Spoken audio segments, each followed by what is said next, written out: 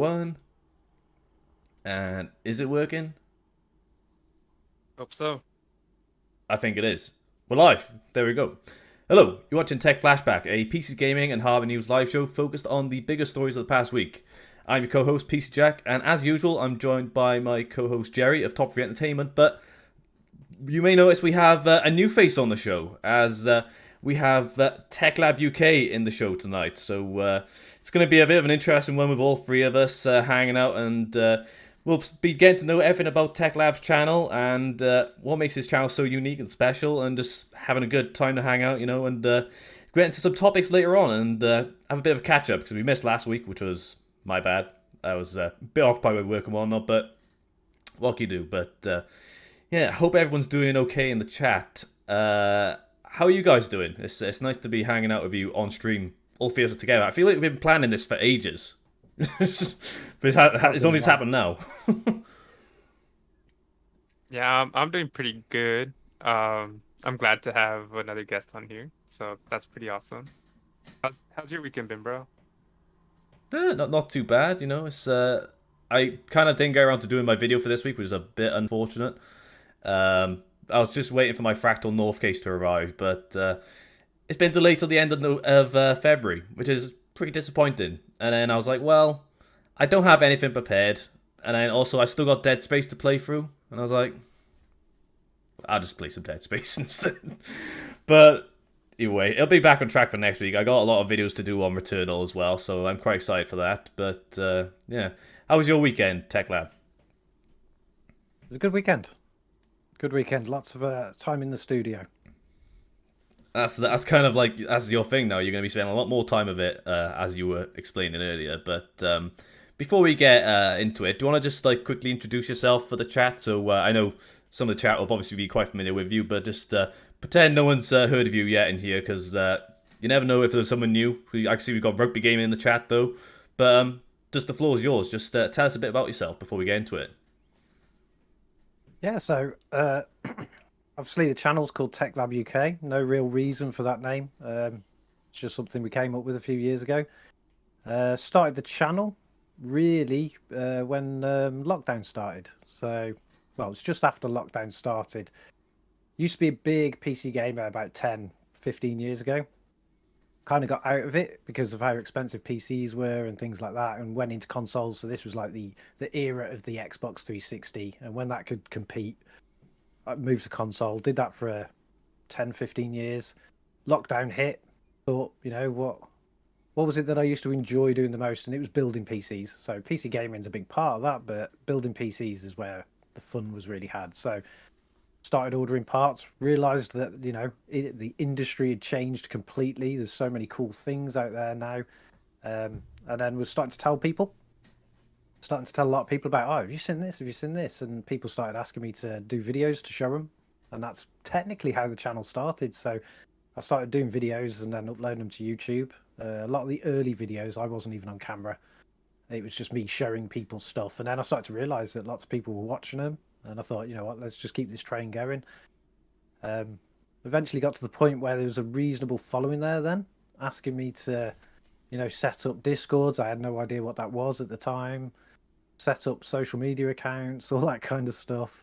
So I had to go through a big learning curve, figure out what all that stuff was. And then I thought, you know what, if we're going to do this, then I need a space to properly do recordings and do videos and stuff like that. So I converted my workshop, which is a separate building, into a studio, and this is where we are today. So anybody that does watch the channel will recognise everything behind us, because this is where I normally sit for the videos. Yeah, I have to say it That's looks pretty sick. That the backdrop, it's much better than what I've got, like a Fallout picture in the background and a picture of Scarlett Johansson and a radiator. But no, it looks really professional is the right word I want to be using, because that's the one thing I feel like I always miss out on with my videos, is I don't have that classic like TechTuber like setup where the table, you sit down, you present what you're doing, but you got it all. You got it looking really suave and all out, But yeah, It took a while to get it this way, I will admit.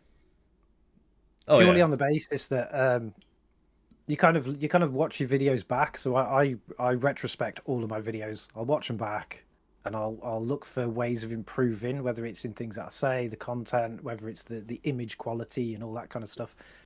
And I didn't really know much about making videos, so all my early videos were just off of an iPhone sitting on a tripod kind of thing. And then I started buying kit. So I bought big fancy cameras, big fancy lights, and it wasn't getting any better for ages. And then I realized that I had no idea what I was doing with it. So then I just went on a big journey of learning how to set up lighting, how to set up your cameras, how to set up multiple cameras, because I've got multiple feeds everywhere. I've got like 4 cameras looking at me all the time. And once I learned how to actually set it up, it got really good. And then you start getting this kind of quality. Well, I have to say it does look extremely professional, like from how I've seen your videos coming over. I like how you said you started out with like doing like videos of an iPhone. It's like, yeah, I still do my videos on my phone. I got a long ways to go, but it's really nice to just finally have you on the show and just yeah. So for guys in the chat, what we're going to start off with is, like I said, it's going to be a bit of a chat, getting to know everything about TechLab, and then we'll get into some topics. But before we go anywhere, I have a very important question I have to ask you as a fellow Brit, and I have to defend this against Jerry a lot now. Is beans on toast? Like, have you got my back on this for beans on toast as a fellow Brit? Yes or no? Who doesn't love beans on toast? Told you, Jerry. It is literally a British staple. It doesn't look appetizing when I see it. Have you not tried it? No. Oh, you have to try it first. But being Mexican, I've had tortillas and like refried beans, so that's pretty good. It's good, but it's not quite the same thing, you know. So I could see the appeal to it. It just doesn't look nice when I see it. Well, one day I'm gonna have to send you like a courtesy package, including a tin of beans, just so you get the full idea. By the time I send you over the toast, that might not be as ideal if I'm shipping it internationally, but you never know. People sell toast on eBay at this rate anyway. So, but yeah. So if you guys in the chat as well, just wanted to jump in with any questions as well for TechLab, feel free, and just yeah, it's gonna be quite chilled out as it usually is on the show. But so we've kind of had like a bit of a good introduction to sort of where you got started with the channel. I suppose the biggest thing we should do before we get into anything is obviously congratulations on hitting 2,000 subscribers, which is a really big milestone. So congratulations on that. How are you feeling about it? I couldn't believe it when I first hit it. I really couldn't. The channel's propelled rapidly since mid-December last year, and I thought that it would just be that Christmas period. So you know, you're going to get this boost over the Christmas period, because I was pumping out a lot of videos. I wasn't working at the time. I had a lot of annual leave, and I expected it to just die off. You know, well, not die off, but go back to the 1 or 2 a week kind of thing. But it hasn't. It's continued to go, and I was quite shocked at that. And I've had some really good, successful videos recently that have just really rocketed off, which I think has contributed a lot. So yeah, I can't believe it. Well, I noticed that, especially with that video on the new drivers for the Intel Arc, that video. Because I've got it pulled up here now, so it's on 24K views in like 2 weeks, which is that is really good going. I think what it is, you're just capitalizing a lot, especially. You've got this really good mix of, I think I said it in like that Best of 2022 video, with a mix of like newer hardware and also focusing on legacy hardware. If that's the best term to describe for like some of the older like hardware you look at. Yeah. But it's that mix that is really, it broadens like the sort of audience you can get to come and watch your videos, if that makes sense. But like, It is, yeah. especially for Intel Arc, which is kind of still quite a relatively new thing to be covering. Even for like yourself, Jerry, that's been something you've covered as well with your review of the Predator A770. Yeah, a little bit. Getting back in there, just every once in a while. I wasn't too impressed with it, but that's a different subject. They are nice cards though. I do like them. Yeah, considering it was something we discussed for so long as well, that was kind of why it was quite cool that you actually managed to get your hands on it as well. But like, so like as I mean now, for yourself, TechLab, we're going over the Intel Arc. You got the limited edition one with 16 gigs of VRAM. Is that the one? Yeah. Yeah, that one there. That's the one. Yeah, just nicely placed in the background. But yeah, so it's cool that you'll be able to cover something quite current and really brand new to the space. I'm guessing that's been a big contributor to the success you've seen lately as well. But obviously, of course, with how professional everything looks on video, as we said before. But And sounds.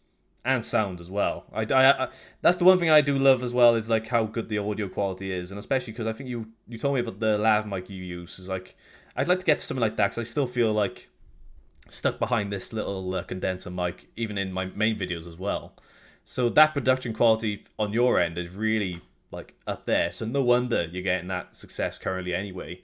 But now that you've hit 2K subscribers though, any sort of plans to like mark the occasion? Or you're just gonna keep going on and doing what you do best? I was gonna mark the occasion, and I was preparing for it, but it got there too quick. I blew past 2,000 by the time. It's like most of my subs and stuff come overnight when I'm asleep. So I like prepare for these little key stages to happen, and then by the time I've woken up, there's another 50, like over the target kind of thing. So I keep missing it, but I do tend to do a little piece on social media. Nothing lavish, but a little piece on social media, and particularly in our Discord server, because all those guys have supported me. Well, most of them guys have supported me from the beginning.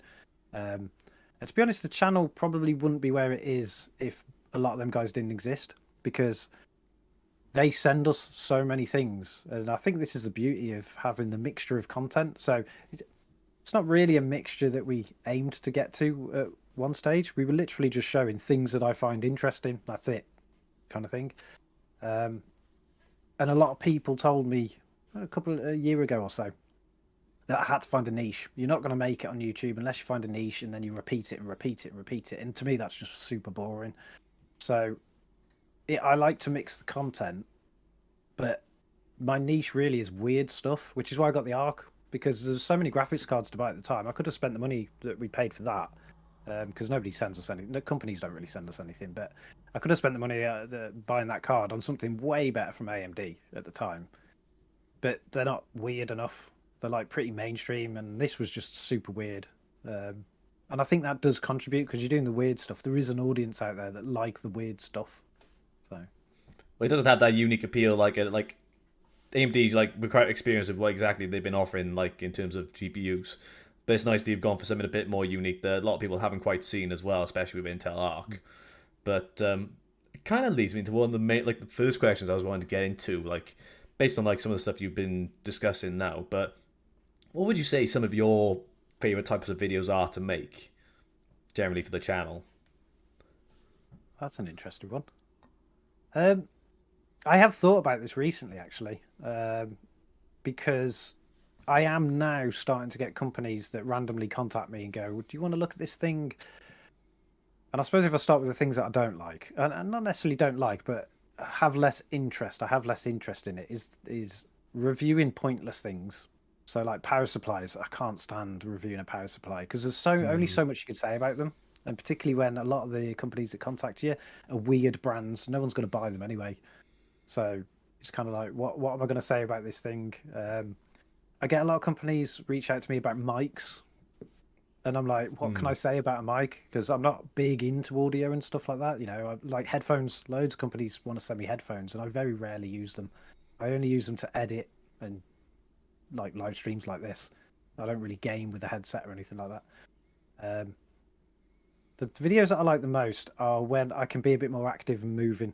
I know that sounds weird because I sit behind a desk, but I try to make them as active as possible. And when I'm tinkering with things, so I've got some videos.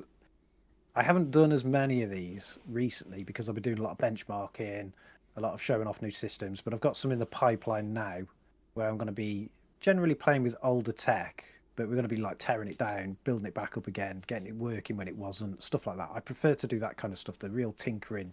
Take something that's junk and make it into a bit of a treasure kind of thing. Oh, okay, so that would kind of like include like build videos as well, I would guess. To a certain extent. Kind of. Yeah. Yeah, I do love doing build videos. I just struggle with them a little bit because of being behind a desk. If I was stood up, that's it. I have plans to expand the studio at some point where I will be able to do kind of stood up videos, and that means I've got a lot more motion. I can move around a lot more, and I would find that better for builds. Usually what I do at the moment is I'll montage a lot of the build because it takes you so long while you're sitting down to do stuff that people would be bored kind of watching you install RAM again for the 500th time. So Hmm. once I come up with a style for that, I'll do more of that. But it doesn't mean that I don't do it. I just tend to focus on smaller builds because they're easier to maneuver around your desk and stuff like that. So I was like, gonna say, sorry, go on, sorry. Jerry. I would say maybe if someone locally selling like those raising desks that Hmm. that go up and down, they're adjustable. Maybe someone sells That's one locally yeah. for cheap. You could hop on that. Well, not That's the cheap, but kind of cheaper. thing I'd be looking for because I want to be able to return the desk to where it was, kind of thing. Yeah, that'd be perfect. I do like Or those I sit could down just use the desks. other They're side of really, the they're really room. good, to be fair. Because this is a separate building, so I could use the other side of the room. I could set that up with separate cameras and stuff for a stand-up space. That'd be good as At the well. moment, Stand-up there's nothing space? there, so Like a stand-up comedy, or what kind of stand-up? Well, literally you just got to branch promotion. out. You know, you could go for stand up if you wanted to. Just to change the content a little bit. You know, like tying into that now, like you were saying about potentially like sort of like adding some stuff to the set, especially to try and accommodate that kind of content as well. Even that could like sort of tie into doing more sort of like vlog type videos, which I know for yourself, Jerry, that's something you're trying to incorporate a little bit more into your videos with vlogs. Isn't that correct? A little bit. Depending, like personal vlogs. That's just side things I do for fun. It lets me Mm. experiment with editing, music, and just different shots. And what's it called? With this last build I did for my cousin, it was kind of like a mini vlog because I've been building it for a while and I've talked about it in like the past 2 episodes. I made like 3 episodes about it. So it was like a little catch up and just a little story about him and his PC. And so that was kind of like a mini vlog of his little PC journey. So it is fun doing those. I like it because like I said, you can change up your styles and experiment with stuff. That's how I see them. Mm. I do find them difficult. It's kind of like you have to hit that right mix with vlogs, I think, especially. I very rarely do them. I honestly couldn't really tell you when I did a vlog last. But it is something I'd like to explore myself as well. But for someone like yourself, TechLab, if you had that sort of expansion in mind for your set, it's another avenue to explore, I would guess. Would you give that a try potentially? well, that's kind of it's kind of the way that I'm trying to take the channel to be a more relaxed vlog style thing. So with the production like quality that we've got now, but less scripted kind of stuff. I think the Hmm. problem that I've had so far is I've had lots of opportunities to do it, but I get so excited about things that turn up that I'm playing with it way before I'm even turn the camera on.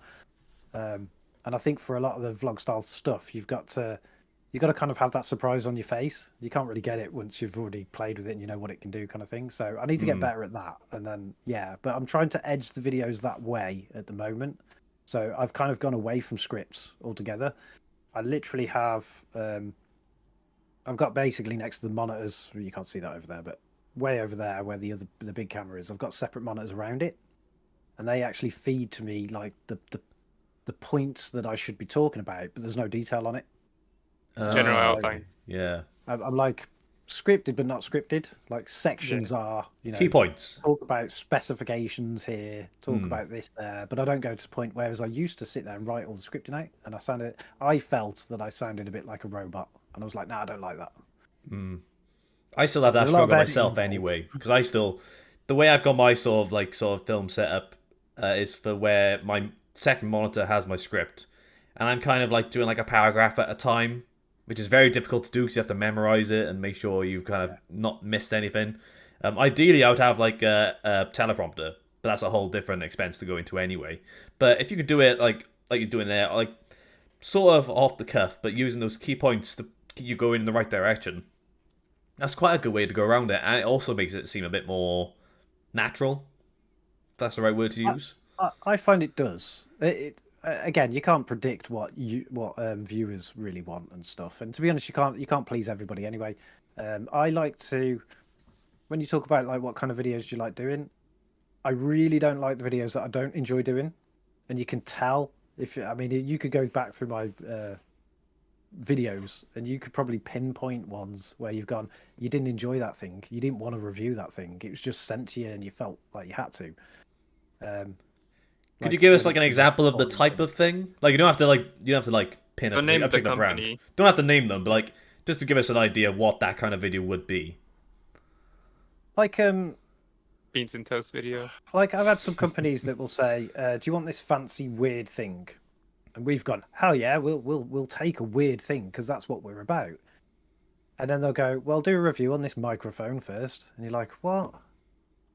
Do a review on a microphone?" I just don't enjoy doing a microphone review because I was like, "What do you say about it? Can you hear me?" Yes, there you go. End of video. That's generally how I feel about microphone videos.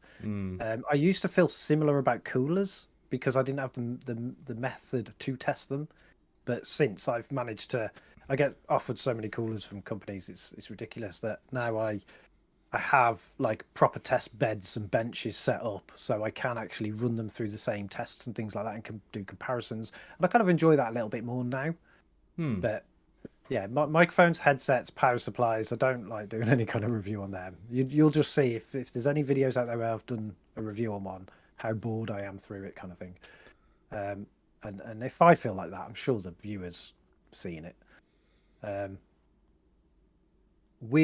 weird things. Not weird and exciting things. Like somebody once offered us some LED lights or something, but they weren't special in any way. It was just a stand with an LED light, and I'm like, what can I really say about that? What would my users find valuable that they couldn't get from the page by reading it? You know, it'd be a very bland video, like just looking at LEDs. Yeah. I'm all about delivering value to the watchers, my viewers. And that they like weird stuff. They like me to tinker. They like me to tear things down.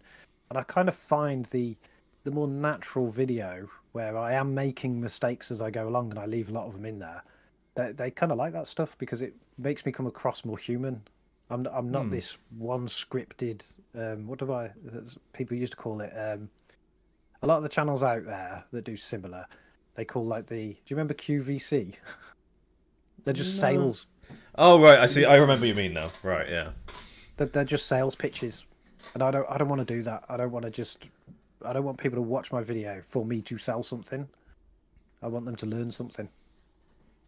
That's a really good way of going about it.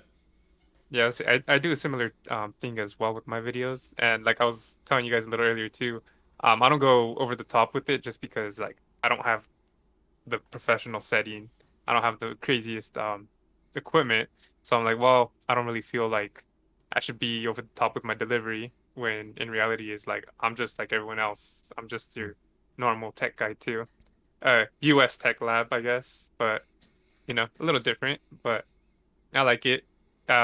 People like it too. I think that's why PC Jack likes to hang out with me, I guess, is because I'm a little normal like you guys. That's the only reason. Yeah. To be honest, they're the only types of videos I watch. I don't watch any of the big channels because it's usually stuff that I will never be able to get my hands on, or they want me to buy something. And I'd rather just watch the smaller channels because you've got nothing to gain or lose, kind of thing. You're just going to tell the truth of this is my experience with something. You're not guaranteeing that everyone's experience will be the same, but you can kind of make a judgment call, being a tech person. I think that was kind of the big. That was one of the big things with LTT. Sorry, cut you off, Jerry. No, you're fine. Go for it. Because with a lot of LTT videos, for a period of time, they were very much hardware or setups that are extremely inaccessible, especially with some of the stuff like they were doing. Who is it? The server that was cooled by Linus's swimming pool or something ridiculous like that. It loses the focus. Then I'm not quite too keen on it. That's why it's kind of like what we were discussing earlier, Jerry, because we were talking about Hogwarts Legacy, and you were wondering if I was testing it on the Steam Deck. I said maybe not quite yet because it wasn't a game I was after anyway. But I suggested the Gaming on Linux channel, but you're like, no, I want to see like a friend's channel do it. It's just that similar aspect of looking to support like the smaller creators in a sense, which I quite like that as well. Like just the other day, I was getting reviews in for my 6950 XT I was considering getting, and the top one was Jerry's review of the Red Devil 6950 XT. So I was like, I'm gonna just check that one out, get all the information I need from a very reliable source, and also send him some questions myself if I want to just get a bit more additional information. But that's the best thing about it, I suppose, and especially with these like not just like from like doing the stream tonight, but also we've all been sort of like in contact with each other for quite some time now and building up that network between ourselves and helping each other out and asking questions. And I think that's the best way for us smaller channels to be, essentially. Yeah, I agree. It's one of the things that I found really annoying when I got back into this PC stuff. So it's been a few years now I've been running the channel, was the toxicity within the community, not just from gamers either, but from other channels. So I was struggling to get my channel up and running because of like confidence issues and stuff like that in front of cameras. I'm from a generation where we didn't do this kind of stuff. So to get the confidence to get up, and yeah, my early videos were really bad, but I learned and I have adjusted and become more confident. I started to realize how difficult it is for people. So I started to really support the small YouTube channels. So if I see like your guys' messages, or there's a bunch of other people that you'll see in the Discord, if I see them post their videos, you know, I've got no problem sharing it, retweeting it, sharing it on Facebook, that kind of stuff, commenting, liking. You know, if I see it, I do that kind of stuff. But it was only quite recently that somebody said to me, why do you share all their stuff? They're the competition. And I was like, I didn't realize there was competition. I assumed that we were all supporting each other, that, you know, we're small channels, that we're all going to struggle if we don't support each other. And we all do different types of content. So, you know, somebody can subscribe to 3 channels. It doesn't cost them any more. You're not winning their affections or anything. It's a bit weird, but I find that a little bit toxic too. That is, especially because that's the whole point. It's not a competition. It's you're all helping each other out, and everyone's got different goals. Whether it's to get to 100 subscribers, or 1,000, or 10,000, 100,000, you're all trying to help each other out, and it doesn't matter about like who's getting where first anyway. But to see that kind of like attitude is a bit, they're missing the point, I think. Anyway. But well, I thought they were. I thought maybe I was missing the point for a while, but I mean, that's one reason why I like check out what you guys are doing, because if you're saying, you know, I'm going to be looking at the Fractal Torrent or something, then I'm not going to go out and get one, you know, because this costs us quite a lot of money. You guys know that how much it costs to run these channels and keep equipment coming through. Why would I go do that? I'd just send people to PC Jack's video. And vice versa. Yeah, I mean, I watch a lot of yours, Jerry, because you look at a lot of the high-end graphics cards, things that I'm never going to have in the studio, because I'm more around the mid-range to lower. That's kind of my audience. So I watch all your videos, and if somebody wants to know, like, what can the 6800 XT do, I send them your video. I'm not going to go out and buy one and do it, because I could be taking views away from you, and it's not really my interest anyway. So I just share yours. Well, I don't even see it like that. Even if, let's just say, all 3 of us cover the same topic, we all have different takes, we all have different styles, and then like ever since I started, well, PC Jack knows, I actually started doing stuff like this. I would interview people, and then I moved on to tech. But there's enough food on the internet for everyone to eat, you know. It's it's like space. It's just fast. I'm pretty sure that we have got a few videos out there where we've looked at similar things, and I think it is good to get that diverse views from different people. What I'm saying is that I wouldn't purposely go out to try and piggyback off something that's happening when you guys have got it. You've got it covered. You may even know more about those topics than me, so why would I give people misinformation? You know, when you're the expert in that thing. But you wouldn't have. You wouldn't have seen like Jerry's XFX 7900 XT review and felt, damn, I'm going to get one and put out a review to compete with that. It doesn't make sense at all. No, if I saw something in Joe's video that I really liked, I would just go buy one and use it. You'd see it in the machine behind, and I'd probably do a quick benchmark video on it just to show my community that I've got one. But I wouldn't go into extensive testing and video after video after video trying to compete. It just, I've got a board full of videos that need doing. I've got loads of ideas and loads of things turning up every day that I need to do videos on. But you just send it to Jerry. That's the point. If you had something like that. Yeah, that's what I do. I mean, I sent a bunch of people to your videos for the little mini fractal case, the Ridge. Oh, okay. Oh, appreciate it. Lots of people like I like small PCs, and lots of people know it. So friends and family, people like that that are non-online people, and they'll ask me about, have you seen this new case? And I'll say, yeah, go check PC Jack's video out on it. Something I'd love to get, but I haven't been fortunate enough to get it yet. So I'm not gonna withhold your video just so that these people might view mine in 6 months' time. It's just silly. Yeah. What was it you were going to say, Jerry? So I cut you off, but there. Oh, it's fine. And like, so we both have the Intel Arc right now, right? And I don't like playing older video games because, well, as a gamer, I like playing new video games. And I know there's retro gamers and stuff like that too. But I just like playing new stuff. I don't have enough time to play games, so I don't want to play older ones I've already played. So if people keep asking me questions about when am I going to test these old games and stuff like that, I just send it to him.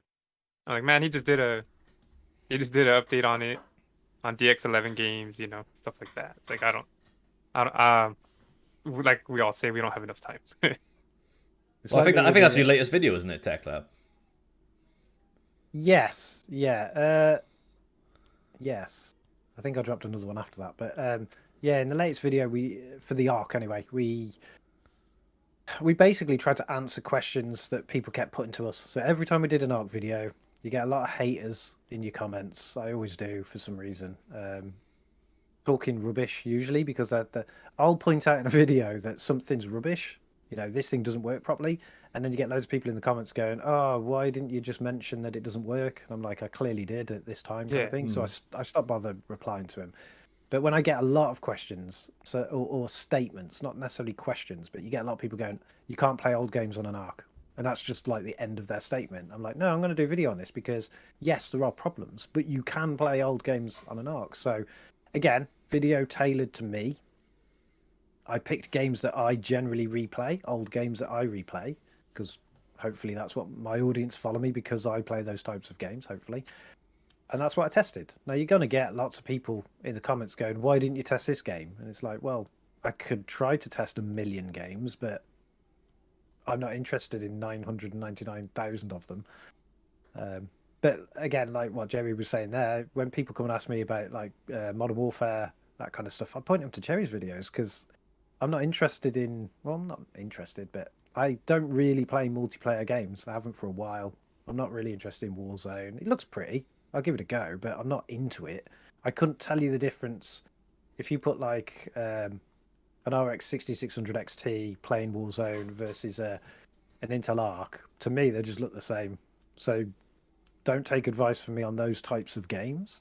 I'd send them to Jerry because you play the game a lot, so you'll know the differences between them. Yeah, it's alright then. But like, it's plenty of difference. But you wouldn't go into that sort of game to do your testing if you're not too familiar with it anyway. And I know that like the games that I sort of benchmark for certain titles, they're mainly ones I play, especially.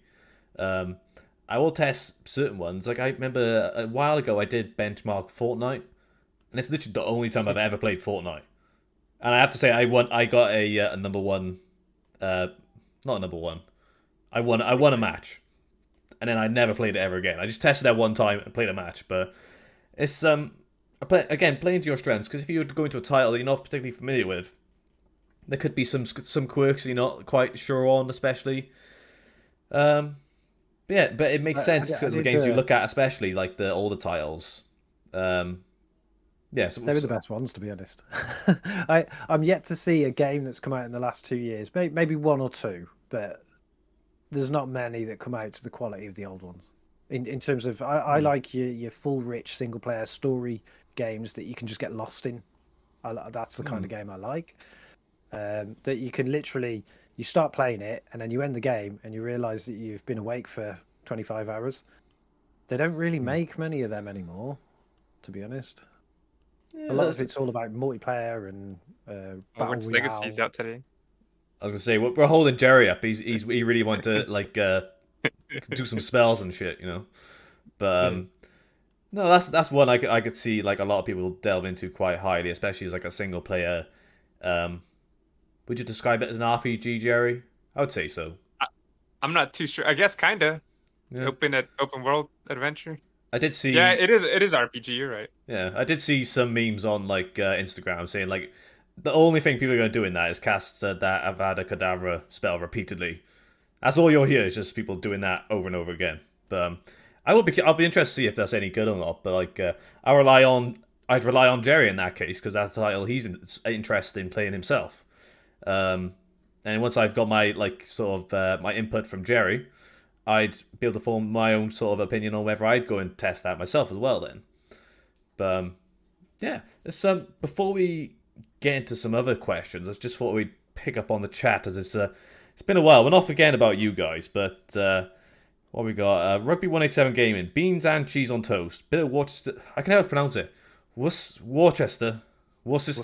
I can't do it. Worcester sauce. Ask Jerry about that sauce. Jerry, are you familiar with that sauce? No. I don't even know what you're saying, bro.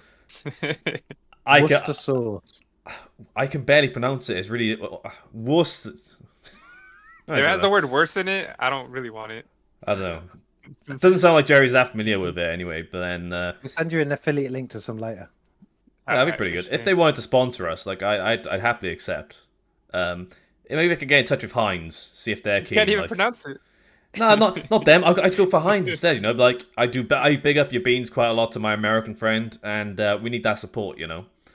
But yeah, so connecting with like what we were just discussing now. So we got Marco Tanaskovic in the chat saying smaller channels are connected with reality, and I think that's quite a lot of what you're saying. You see with channels yourself, TechLab, with how like certain ones that are like sort of larger, sort of got a bit more out of touch and aren't quite what the viewer is as interested in anymore.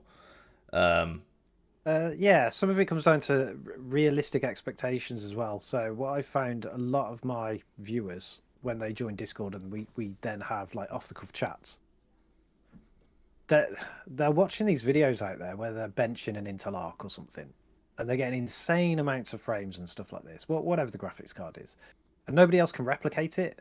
And then you start to when I start talking to them and people in real life as well, I'll go, yeah, but they're running, 13900 KSs with the latest tuned RAM and stuff like that. Most people don't do that kind of stuff, which is why our Arc here is sitting in a 10th gen Intel. It's a 10400.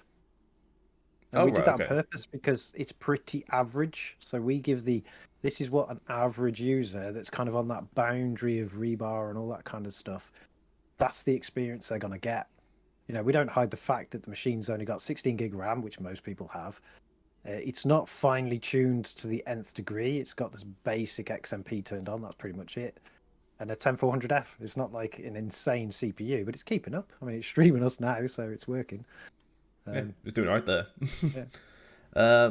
What else we got? And so Rugby 187 Gamer was tagging on that. What a great description of your ethos. Love it, TechLab. So see, you're getting that support. We got the fans in the chat now showing the love for yourself anyway. So it's all right on there. And then Piece of Us Vlogs. So nice to see you stopping by. Not too familiar with the tech community, but as far as straight content creation, I like MKBHD the best. So yeah, like not saying there's like anything against like really large creators, but it's these ones where you need that sort of like, you need a mix of some of them sometimes. But like for MKBHD especially, he's more focused on sort of smartphones and peripherals, what you could say. But he is highly regarded in that instance. He did kind of lose me a little bit when he went off the rails with that 4K, no, not 4K, the 8K gaming for the 1390, when that was like getting like pushed really hard. He kind of jumped on that train the same as LTT did. But like, I don't know. AMD didn't learn that lesson, as we saw from their RGNA 3 reveal, where they were so heavily pushing 8K. Jerry, did you test 8K on your 7000 XT? I'm getting a new phone that can record in 8K, so hopefully I could play the games on there, connect my GPU to that. But we need it now. Like 8K is now the future. This is what we're talking about. It's past if it was a 3090. But I need a couple grand. That's last gen problem. That's a problem for two people who own 8K monitors. And then once I get an 8K monitor, then they're gonna have like a 16K monitor. And it's gonna be like, man.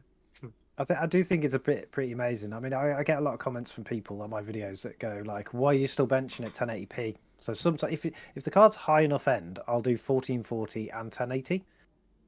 But I'll show the capture from a 1080 just because the setup I've got is currently set up for 1080.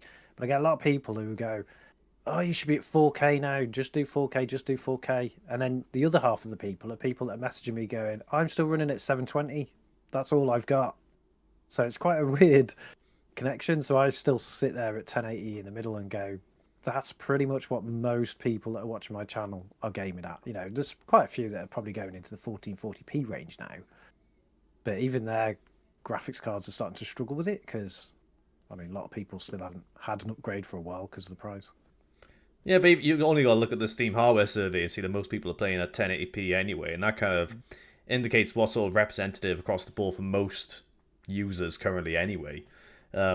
Very few people are like on, well, not saying very few, but 4K is a very small percentage of the current market using that kind of monitor for gaming. I do feel like 1440p is going to become that sort of sweet spot quite soon. But like we've said before, Jerry, 1080p is kind of getting to that point where it's not too challenging to run that, even on like really low-end hardware. So there's going to be a bit of transition. Yeah, it's going to be that transition now over the next couple of years, I think, where 1440p will come and take over 1080p in a sense. But 1080p isn't going anywhere. I don't see that quality going for quite some time. Like, because as we said, now it's still so popular, and well, I don't know. It's been quite a while now, and it's going to take a while to transition even more. But it could do, but we'll have to wait and see. What else we got on here? So we got that Vina. HL just met. Are you referring to Half-Life? Just bad optimized. Okay, well, I would say that Half-Life isn't really badly optimized. It's been out for nearly 20 years now. I think it's had as much optimization as it can possibly go for, but I guess. Probably one of the most optimized games ever made, I would have thought. You'd think so, but, well, what do you do? Piece of us. Oh, only talk about his creation of videos, not necessarily the content. Ah, okay, right, I'm following you now. So I can see, like, the sort of, his style of content is, like, pretty, like, decent to look at, especially, and, very slick is the right word to use it. I don't watch many of his videos. Oh, he's not talking about Half-Life. He's talking about Hogwarts Legacy. That's my bad. So, do you guys know much about the PC performance for that game yet? I haven't really seen anything. Beat the game? There ain't no way. Oh, that's what... Cap. Cap. Right, Jerry, you're going to have to call him out as the Hogwarts Legacy enthusiast on the show. Yeah, the floor is open to you. Now, well, it says it has at least over 32 hours of story, and I'm assuming that's if you just like try to speed run. So I don't know. And the game barely came out today. Maybe yesterday if you did the New Zealand hack. If you have a Xbox, it put you live over there. So I don't know. Unless that Vina has a connect with Microsoft or someone somewhere. I don't know who makes Warner Bros. So yeah, I don't know what HL means exactly. If you can let us know what you mean by HL, that'd be pretty nice. I like how I instantly went to Half-Life. That's why it's like just HL. Oh, Half-Life. That's Half-Life will never die. Yeah. I've seen people refer to Hogwarts Legacy as Hog Leg, just to shorten it. You know, just to go over there. But HL, you know, there we go. But yeah. So one of the other questions I was wanting to get into was we talked about like some like your favorite videos to do and like some of the ways you've sort of implemented them over time as you've developed your channel. But the thing that I find most interesting as a like tech tuber essentially is the sort of the struggles that you find as you develop your channel and as you figure out how to find your way around this this channel as a whole. So what would you say are some of the sort of biggest struggles you've had as you've developed over the course of the past couple of years? Struggles. I suppose they break down a little bit. One of my biggest struggles ever was the audio when you look from a technical perspective, because I didn't understand audio at all. You know, I was the external person watching other people's videos who were clearly taking videos from an iPhone, but their audio sounds professional. So you kind of go out there and you buy some mics and you assume that, oh, I've bought a mic, it's got to be better than an iPhone. And if you go through my videos, you see the real struggle I've had trying to get mics consistent sound, clear sound, loud enough sound. I noticed that recently, I've noticed it for a while, but the comments on a lot of my videos recently have been people that have spotted it, where I'm British, and the way that I talk, I dip at the end of my sentences. Right. And lots of people started pointing that out and saying your videos are stupidly annoying because you dip at the end of your sentences. Now, every single one of my videos, when I make a video, ever since I started the channel, is sent to third-party people, friends of the channel. We call them VIPs in our channel, that review them. So they check them for sound, video quality, make sure that I didn't accidentally leave something in the editing, all that kind of stuff. And I've never had any of them raise this. So I raised it with them and said, oh, people are commenting about my sound. I dip at the end of my sentences. And they all come back and said, yeah, you do, but we can clearly hear you. It's not a problem. We just assumed because you're British and that's your accent, which it is, to be honest. It's just the way I talk. So that kind of gave me a little bit of a hit recently because I've worked so hard to get my audio where it is, and I've gone through so many microphones, different types. I've gone from shotgun mics, expensive ones, cheap ones, wireless mics, mics like this one, whatever they call these kinds, and it was just they'd either die really quickly. I had a fantastic shotgun mic that was mounted to the ceiling at one stage right in front of me, and then it just died randomly one day. And I kept going back to. I know I sent you the link to the one that I used, the little lapel one. That's it, yeah. That I had that one years ago, and it kind of worked fine. But I used it as my backup. So if any mic went down, I would just pull that one out and carry on recording. And I've just gone back to using that as my mainstream one. And it was a really cheap mic. That I think it's like £9.99 on Amazon at one stage. I think it's like £14.99 now. And it's just been the best mic ever that I've ever had, so I just stick with it. I actually bought a couple of them, so if that one ever dies, I can pick up another one and get running. So that's probably the biggest technical issue I've had. I had issues with lighting, but again, like I said earlier, once I learned how to use the camera and stop being stupid, it fixed it, and now it looks like this, and I think this looks pretty good. Other aspects of the videos, probably financial restrictions more than anything. You do fall. I don't know if you guys ever do this, but you fall into the pit of, or I've fallen into the pit of trying to keep up with other people. So you get some good content, it's on a roll, you try to keep up, and you suddenly find yourself dropping thousands of pounds on stuff that you don't need, that you're not that interested in, that kind of stuff. I had to kind of dwell myself out of that because at one stage, I mean, everything that you see on the channel has either been donated by one of our community members, or it's just come out of my pockets, basically.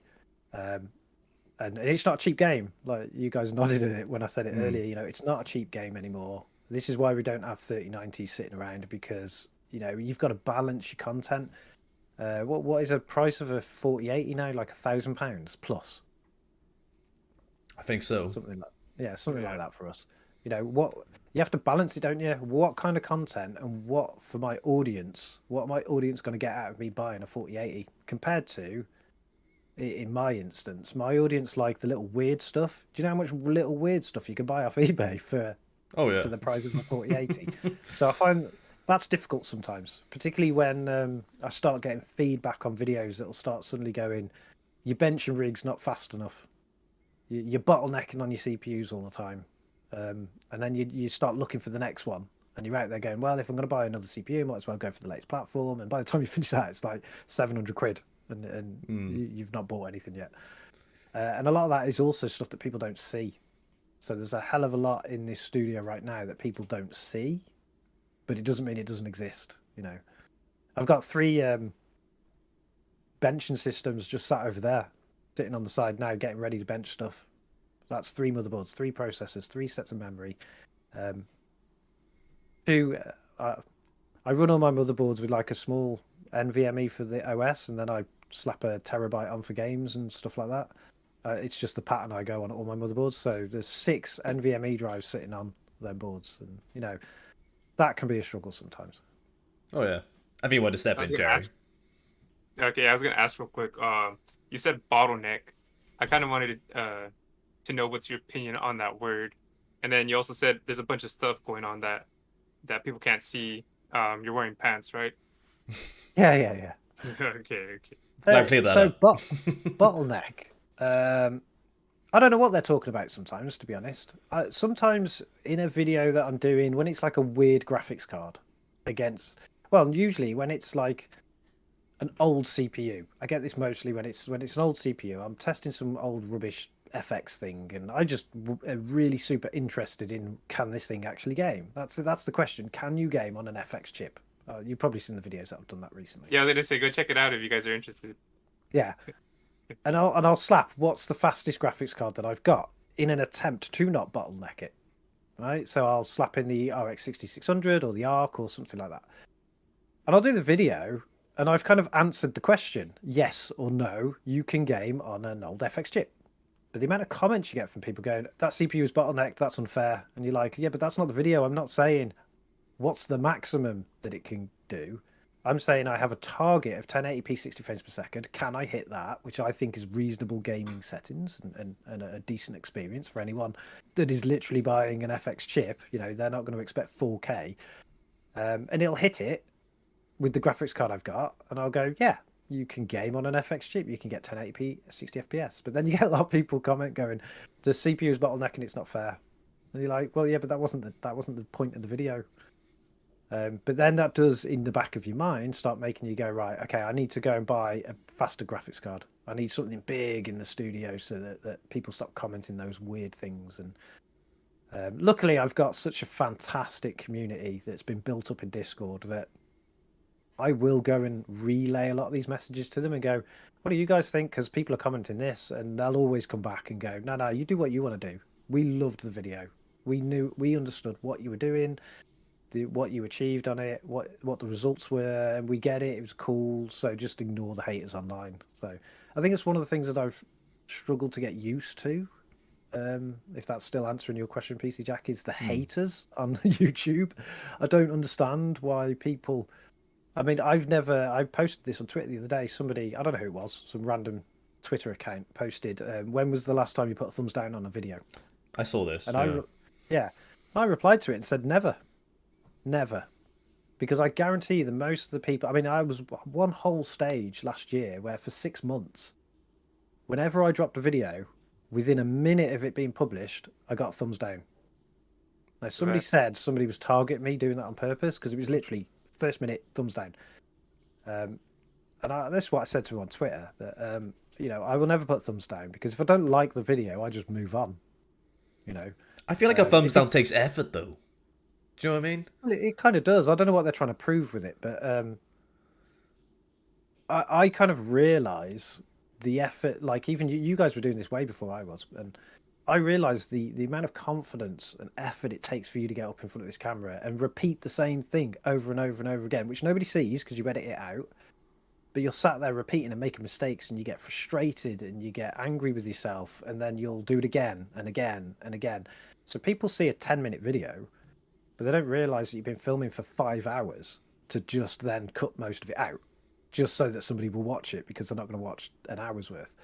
And I started to get a big respect for people that did that. So I don't understand the people that put hate in the comments. Just move on. If it's constructive, if they're saying,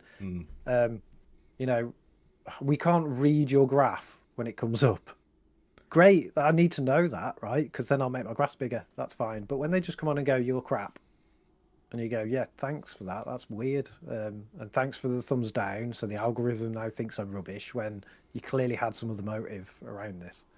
The one thing I will clear up on that, though, is even if you do get a dislike, as disheartening as it is, it's still engagement, which YouTube likes. So I don't get too hung up in it myself anyway. But like, I can understand that thing of like, well, why didn't you dislike it? Please let me know. And sometimes I have had people come to me and like, something like you just said then about like the graphs, the text is too small in the graph. Perfect, I need to know stuff like that. Yeah. But you'll get a person who dislikes it, doesn't say why they disliked it. It's annoying. It's annoying. Like I say, I think I map it to a toxic culture that's somehow come about in PC gaming.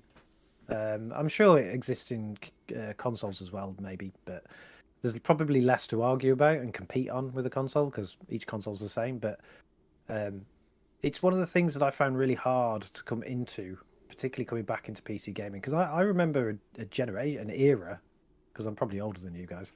I remember an era where... How old are you? I'm 40 this year. Okay. Oh, dang, you look younger. Alright, never mind. There you go. No, everybody knows.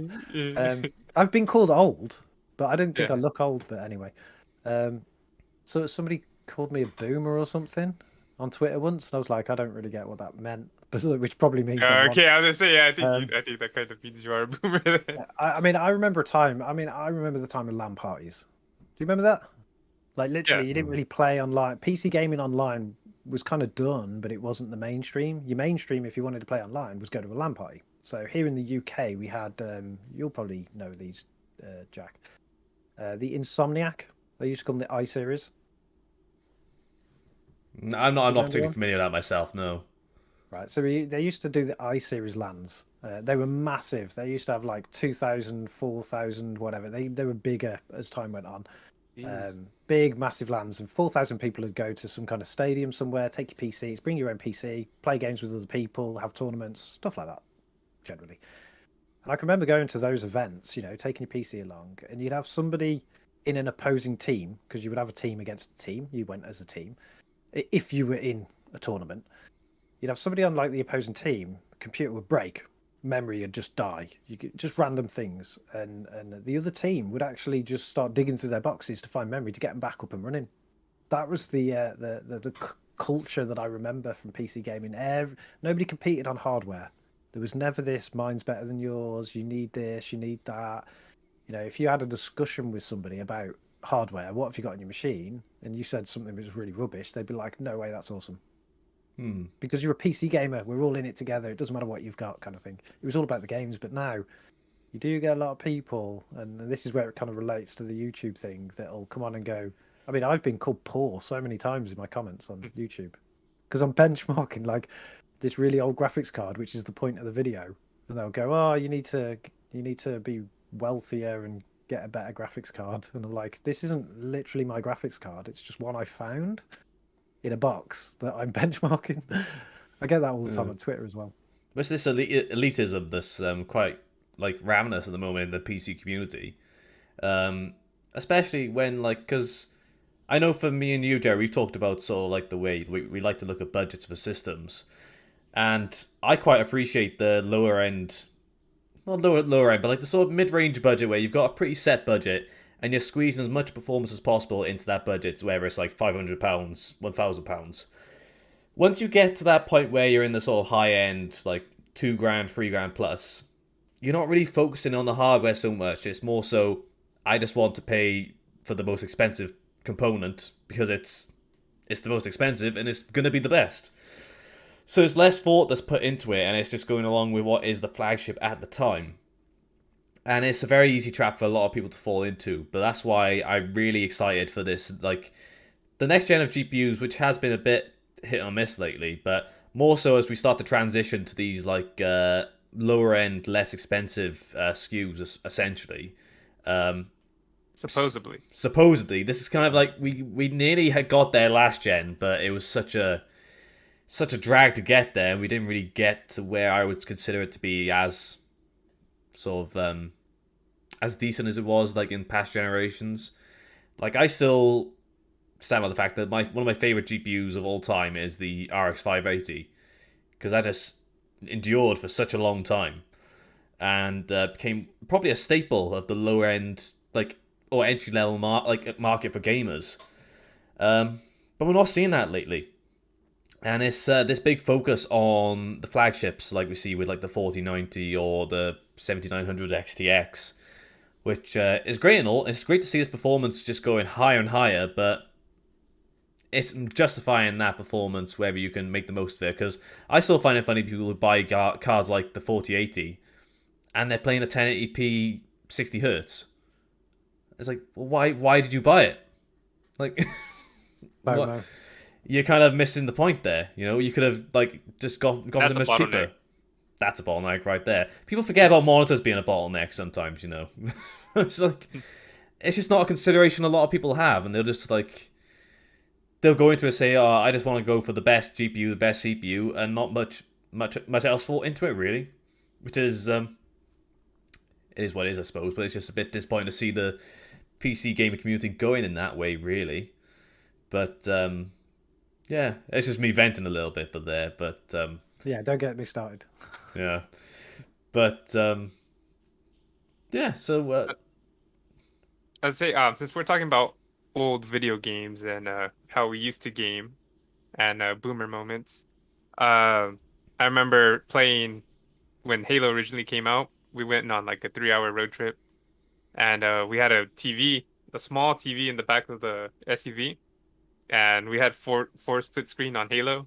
Dude, the screens were tiny. They were probably like the size of a phone, if you like think about it. And we're just right there, just playing Halo split screen on our way to well, to somewhere, you know. And I don't really play split screen too much anymore. And is there any PC games that include that? I have a good one to bring up. I was playing. We've not played very much of it, but me and my fiance have been playing the game It Takes Two. Has anyone heard of that game? Yeah, it's sold over what, 10 million to 20 million copies. I don't remember that. Those are a stat I just saw literally like yesterday. Yeah, I'm not sure how it did sales wise, but I know it won Game of the Year in 2021. But that's split screen. You play as like two like what is the plot of that game? We need to finish it, but we haven't got around to it. But you play as like parents who have like transformed into like these weird like dolls, and you're trying to like escape to become human again. But you have to like help each other out because it takes two. But like with like puzzles and like certain bits of platforming and stuff like that. And that's split screen. It's quite a good game, to be fair. I think we played about 4 hours maybe, so not very long, but it is good. But it's difficult to play with someone who doesn't play any games whatsoever and doesn't know how to platform. But comes with the territory, I suppose. But yeah, that's the only one I could think of a split screen recently. Or didn't GoldenEye just come out again? Yes. Available for Xbox, I think. It's not a remake, is it? I think it's just the It's a the remaster, original. but it's not really from the ground up remaster. There's quite a lot of emulation going on with that one because I think And it might be limited to 30 FPS still now, which is a little disappointing. Especially on Xbox because it shouldn't really have an issue going up to 60, but it's not quite the it's that reliance on emulation which has kind of limited its performance a little bit. But I've heard good things though. I used to play GoldenEye back in the day, but if that still has split screen, that would be fun to play. you play that TechLab? You ever play GoldenEye? Back in the day, the original. Yeah, Yeah. yeah, I'm Let's say that that. old. Yeah. Well, I know. Well, I remember playing it. That's what I'm saying. I don't know. I didn't know if you were into shooters or not. Yeah, that was before they had the right joystick, right? You had to move up and down with the The yellow D-pad, wasn't it? C-pad. Yeah, that's it. But that was a good one. I did enjoy playing that one back in the day, but I can't think of many other split screen ones. Not 100% sure. See if anyone's got ones in the chat. So that's so Piece of Us said that he's played It Takes Two. He said he beat that one with his girlfriend on there. So like it's obviously pretty popular. Rugby 27 Gaming. I haven't played It Takes Two yet. Same company that made A Way Out. Yes, that was a good game, but I never played it. A Way Out. So it was like you were two brothers escaping from prison, but it's a split screen co-op game, so you have to like help each other with like escaping from the prison, and that was pretty good from what I heard. I played like the first stage on that. One of my best friends, he's like, oh, because we both have that EA pass. He's like, oh, you got to play this game. It's great. And like one of the first cutscenes is like naked guys in the shower. I was like, bro, I was like, this is why you wanted to play it? Oh, I was like, of course. Yeah, and I was just like, but yeah, it was an interesting game. But yeah, I just thought that was hilarious. I was like, that's a weird reason to play this game, huh? yeah, But I didn't get to play that one, but like sorry, yeah. I skipped a little bit. I saw a very important message that a Piece of Us left. So he said, also, PC Jack, I finally watched a good amount of Tarantino films. 6 out of 10. Or 6 out of 9 if you count Kill Bills as one. Yeah, I think a lot of people class Kill Bill as like one film, essentially. But like, it's good to know. Like we had like this is quite a while ago now. We said you needed to catch up on your Tarantino films. But you have to let us know which one is your favorite, because I think I think I said my favorite was either Death Proof or Django Unchained. TechLab, why we've got you here? Tarantino fan? Into Tarantino films? I watch them the same as I watch any other films, to be honest. Oh, fair enough. I haven't really watched movies in a while because I spent so much time in the studio that I just haven't had time. He's that committed. That's what it is. What's the last movie or TV show you watched where you would highly recommend to someone, or that took a good amount of your time? You're like, oh, I gotta watch this. The Witcher was good, but aren't they changing the main character? So I probably won't watch it again. Yeah. Yeah, they're recasting to Liam Hemsworth now, which I don't. I can't quite watch see. things when they recast. I don't know why. I think it's because I'm a gamer at heart, so I get invested in the game. I get invested in the story and the characters, and then when they swap people out, it's weird. I'm just not interested in it. Especially when Henry Cavill did a good job in it. I mean, I haven't seen it, but I played the original Witchers, and he looks the part. So, kind of a tough one. Yeah, I think the thing on that they said was they weren't like, I didn't finish season 2. I forgot to get around to it really. But there was a big sort of issue with the writers not treating the source material correctly, which is one of the big sort of disagreements that Henry Cavill had with the production on the show. And because of that, there was probably, again, also he was going to be Superman again, but that fell through. So that might have been a factor, but he did have a bit of a disagreement on the way the show was going. So I think that's why he backed out, but bit disappointing. But he's going to be doing a Warhammer 40k film or TV series now, I think. But Is that with Amazon? I'm not sure. I don't know if they've posted much about it really yet. But yeah, again, the first series of The Witcher was good. The second one I've kind of just fallen off on a bit.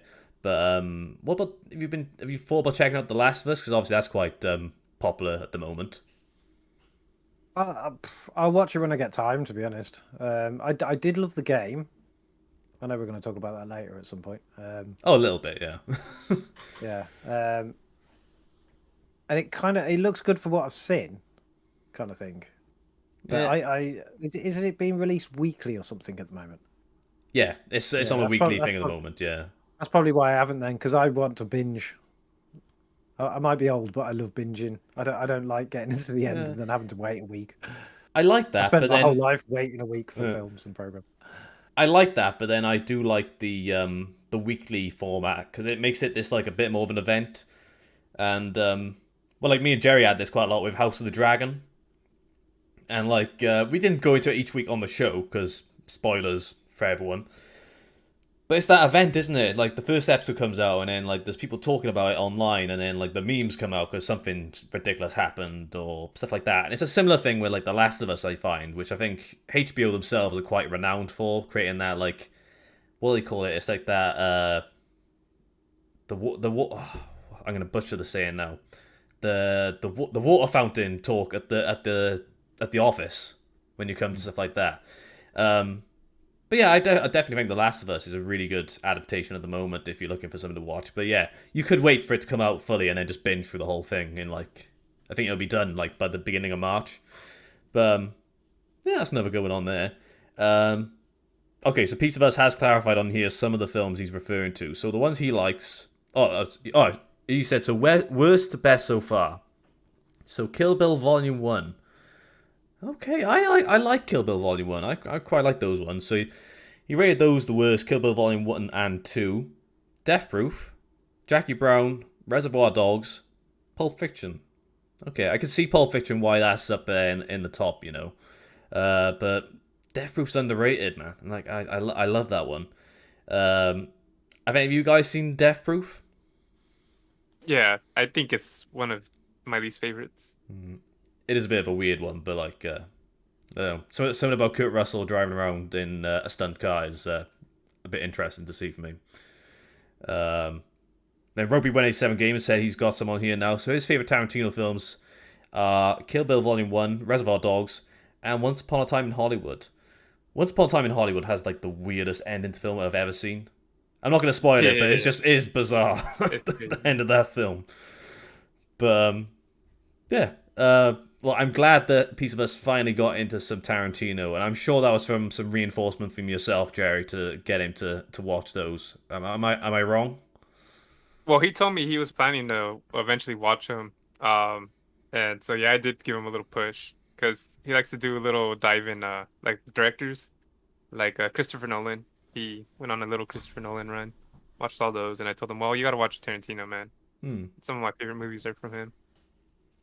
But that's the squad. Shout out to Piece of Us Vlogs.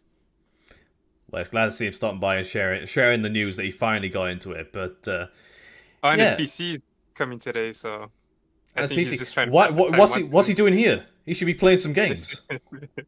Hasn't got there yet. Well, give it time. I was gonna say, can I ask TechLab a question real quick? Yeah. Okay. All right. So we're talking about co-op and we're talking about friends. And this is for you. Well, I kind of answered to PC Jack, but do you any of your friends help you with your videos or with any of your content or anything like that, or is it more of a solo endeavor? I know you said the Discord helps you out with with some of the stuff that they give you to record and stuff, but I don't know. I kind of want to. I have my cousin in some of my videos, and eventually it'd be nice to be able to do group projects with my friends as well too. So I was wondering if you have anything like that. On and off, really. There's a number of people that do certain things for the channel. I don't always edit all my videos. I've got friends and stuff that will help with that kind of stuff. Oh, nice, man. Particularly when I'm doing like benchmarking and stuff, because I edit a lot of the videos are edited all separately, so they could be done by different people, and then I bring them all together, or somebody else will bring them all together. When I'm filming, I'm generally the only one in here, and that comes from traditionally me not being able to really talk in front of live people. But Yeah. nowadays it'd be different. I could probably have people do that. I'd love a cameraman, because then I wouldn't have to have like 4 cameras running all the time to capture all the angles. Have better angles too, just Yeah. ones you can't get with stationary cameras. And so, yeah, I don't know. I was curious. What about you, PC Jack? Would you ever want to bring anyone into your operation? It's a difficult thing to consider, considering how I want to say, like, I'm not going to dox myself and say like where I live and whatnot, but where I am, there's not really that much of a community that would get in on that sort of that level. But like, I don't know. I'm a bit of an independent worker, even when it comes to certain stuff in my full-time job, and I quite like to rely on my own sort of input, if that makes sense. Does sound a little bad, but I do. It's going to sound really cringe, but if I have something I'm particularly like wanting to like share with someone before it goes public, I like to send it to my mum. Do I'm like, what do you think of this? Do you think it's shit? And she's usually pretty honest and tells me if she thinks it's pretty shit. So I just rely on my mum just to help me out. More so because she's not quite with it when it comes to the sort of hardware that I cover in my videos. But my mother is quite proficient when it comes to like decent IT experience. Like back when we had our first like family PC, like she did have it custom made by like a local system integrator, not for like gaming especially, but she did like put in the consideration to be like, I want something that's going to keep up with what I want to do. More so with stuff like storage space. Like the guy said, it's got like a 500 megabyte hard drive. You'll never need more than that. But stuff like that. And like I remember she did actually get the original, I think it was like the floppy disks version of Doom for that system. So that was quite cool. But like back in the day, she used to run Red Hat on her systems. If you're familiar with like Linux distros at all. So back when I did a Summer of Linux series, which I didn't actually finish, I kind of bailed on back last year. Yeah. And I was talking with her about it, and like she was like, "Oh, so what distro are you going for? Are you going for Red Hat or like Manjaro, stuff like that?" And I was like, "Oh, let's go Pop OS or Linux Mint, stuff like that." So she's got that reasonable level of experience with like IT in that sense. So I will bounce ideas off her, or I'll be like, "Oh, I've worked on this video. What do you think of this?" So that's kind of my go-to. It sounds a little sad, but everyone's gotta love their mothers, That sounds awesome, Yeah. dude. I gotta explain to my mom how to play Candy Crush on her phone. and she doesn't even know her email or her password. I got to do all that for her. It'd be crazy if my mom knew all that tech stuff. But if I did have a good experience of this, I had was the last video I did for 2022, which was the best of 2022 collab, which had the most people I've ever worked with on like a video. And that was a bit of an interesting way of seeing exactly how I could integrate multiple channels into one project in a sense. Now, everyone was in the video, didn't see it until like it premiered on the channel. But like there was this sort of back and forth with what other people are thinking about including for their pick of the best hardware for the year. So it's a little sense of that. But like if I was to talk about like my day-to-day stuff where the videos I do, if I had anyone to work with on them, I don't know. Maybe down the line I could say that could be an idea, but for now, it's still a bit of a solo endeavor for the time being. But who knows? It could change. We'd have to just wait and see, I guess. Your mom would be one of the first ones, huh? Gotta love the mums, you know. What about for yourself, Jerry? Um, well, I'd like to get my cousin Anthony eventually on board. He could help me do. I want someone to help me edit videos. That'd be very nice. That takes up a lot of my time. Benchmarks too. That takes up a lot of my time. But I don't know. It's kind of nice because it's not nice. I guess I get to know the hardware a little bit more, but nah, that sucks. So it'd be great to have those, like you said, someone to film. But I would want my cousin, my wife, if I can get her to be like maybe I can get her to be a cameraman one day, go out and shoot for a while. Um, I can just make her watch TV shows that I like, their editing style, their camera, some Breaking Bad, so she can do some crazy shots. I can do a long pan style, but I don't know, something along the lines. I do want to be able to employ my friends, and that's a goal of mine eventually. I want to do my old podcast, and I want to have the crew with me, kind of similar to this. So I just want to hang out and have a good time and be able to pay myself and my friends, and I'm eventually going to do that. That's a really good goal to have, especially. But like, I got like that actually kind of ties me into like my final question I had.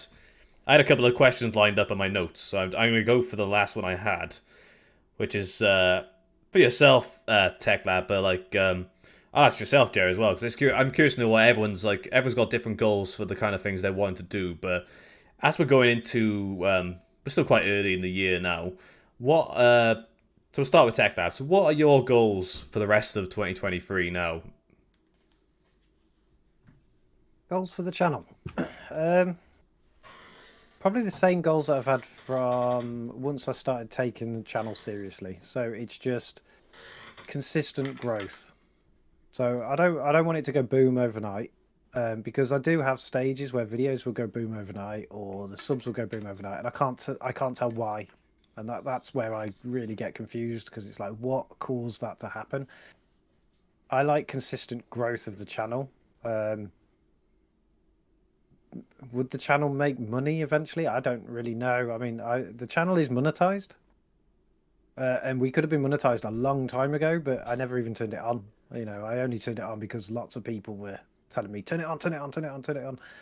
So, I mean, that doesn't really bother me too much, but I like the consistent growth because I like the community to grow as well. And like I said before, we've built a really good community of people that are really awesome together, and I'd love to see that actually grow. So that's it really, just general channel growth, views, subscribers, that kind of stuff. That's a good goal to have, essentially. But yeah, I think it's one of those things where it's like you got slow and steady wins a race is the best way I can describe anything for YouTube, essentially. And with how like it's so variable with the rates of like how far you get with certain things, and that's what I've kind of found that a lot with the side channel I've been working on, which really weirdly has like got to like with a limited amount of videos has kind of caught up quite well with my main channel, which is quite strange to see. But like it's a whole different like niche as well, especially which kind of changes the sort of way the things grow. But yeah, it's just you can't rush into a lot of these things essentially, because I do see it's gonna sound really a bit cringe, but back when I first started, I used to post to a lot of like Reddit pages. It was always like for the small YouTubers, and you post your videos and share them on there. And I do see people post on there, and they're like, "Oh, my goals for 2023, I'm looking to get to 10k subs. I want 100 views per month, stuff like that." But they seem like very, what's the best word to describe them? Like it's gonna sound bad to say, but like small-minded goals. There's other things that need to be considered besides those like big numbers, because you gotta take the highs with the lows essentially, and that's one of the biggest lessons like I've learned with YouTube is to. It's great when things are going like really well. You're hitting this thing where you're getting like all the success that you're after, and then you have these months where like things are just absolutely at their lowest, and you have to kind of just accept that, like realize that a big factor of it is just dealing with this disappointment, but accepting when things are going really well for you, and just managing your expectations essentially. But like from what you've just described, then, from what you're sort of looking to get out of this year now, it's that level-headedness that I think keeps you in the right mindset to continue with what you're doing and enjoying it and loving it as you clearly do, which comes across in all your videos, I have to say. And yeah, what That is the main measurement, to be honest. So I do have like small targets. So I will look at all of my, not just the analytics on YouTube, but on the website that we've got that nobody ever goes to, but I keep it there anyway.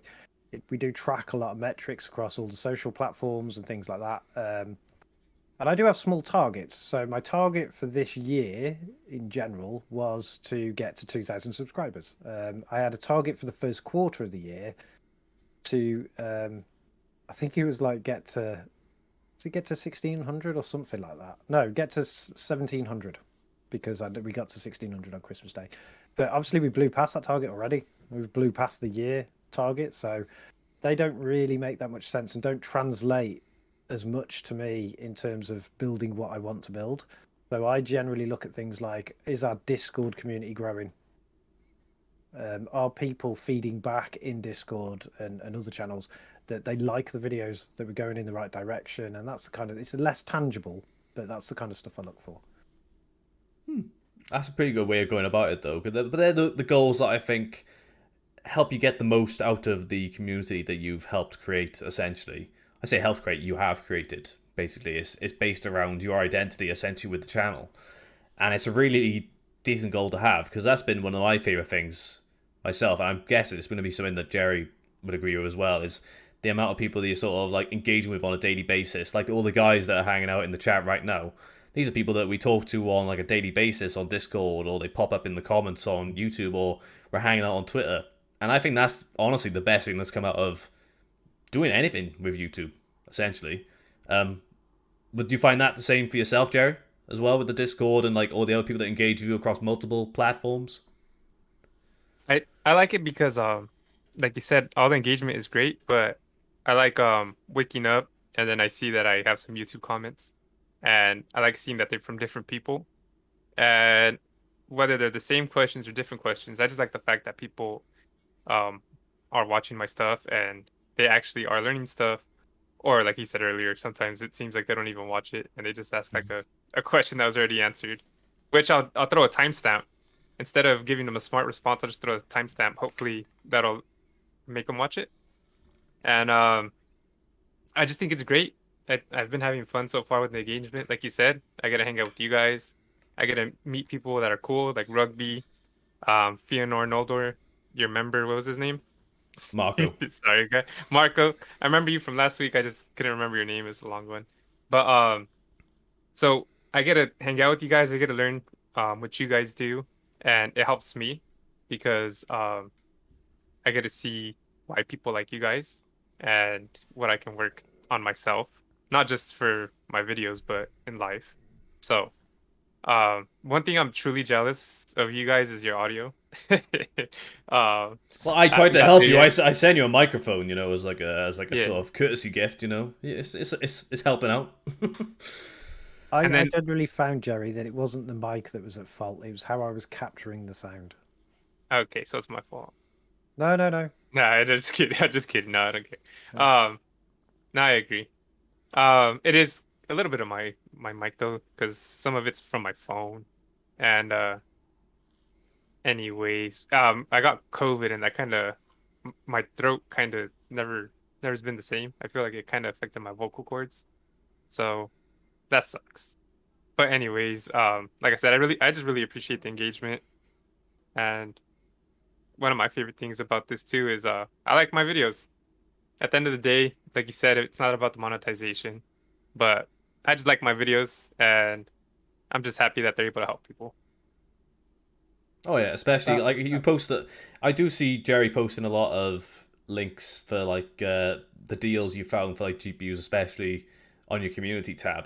So that's another instance of you helping out your community that you've built up based on like the sort of like the reputation you built as a pretty reliable GPU reviewer and the amount of cards you've covered.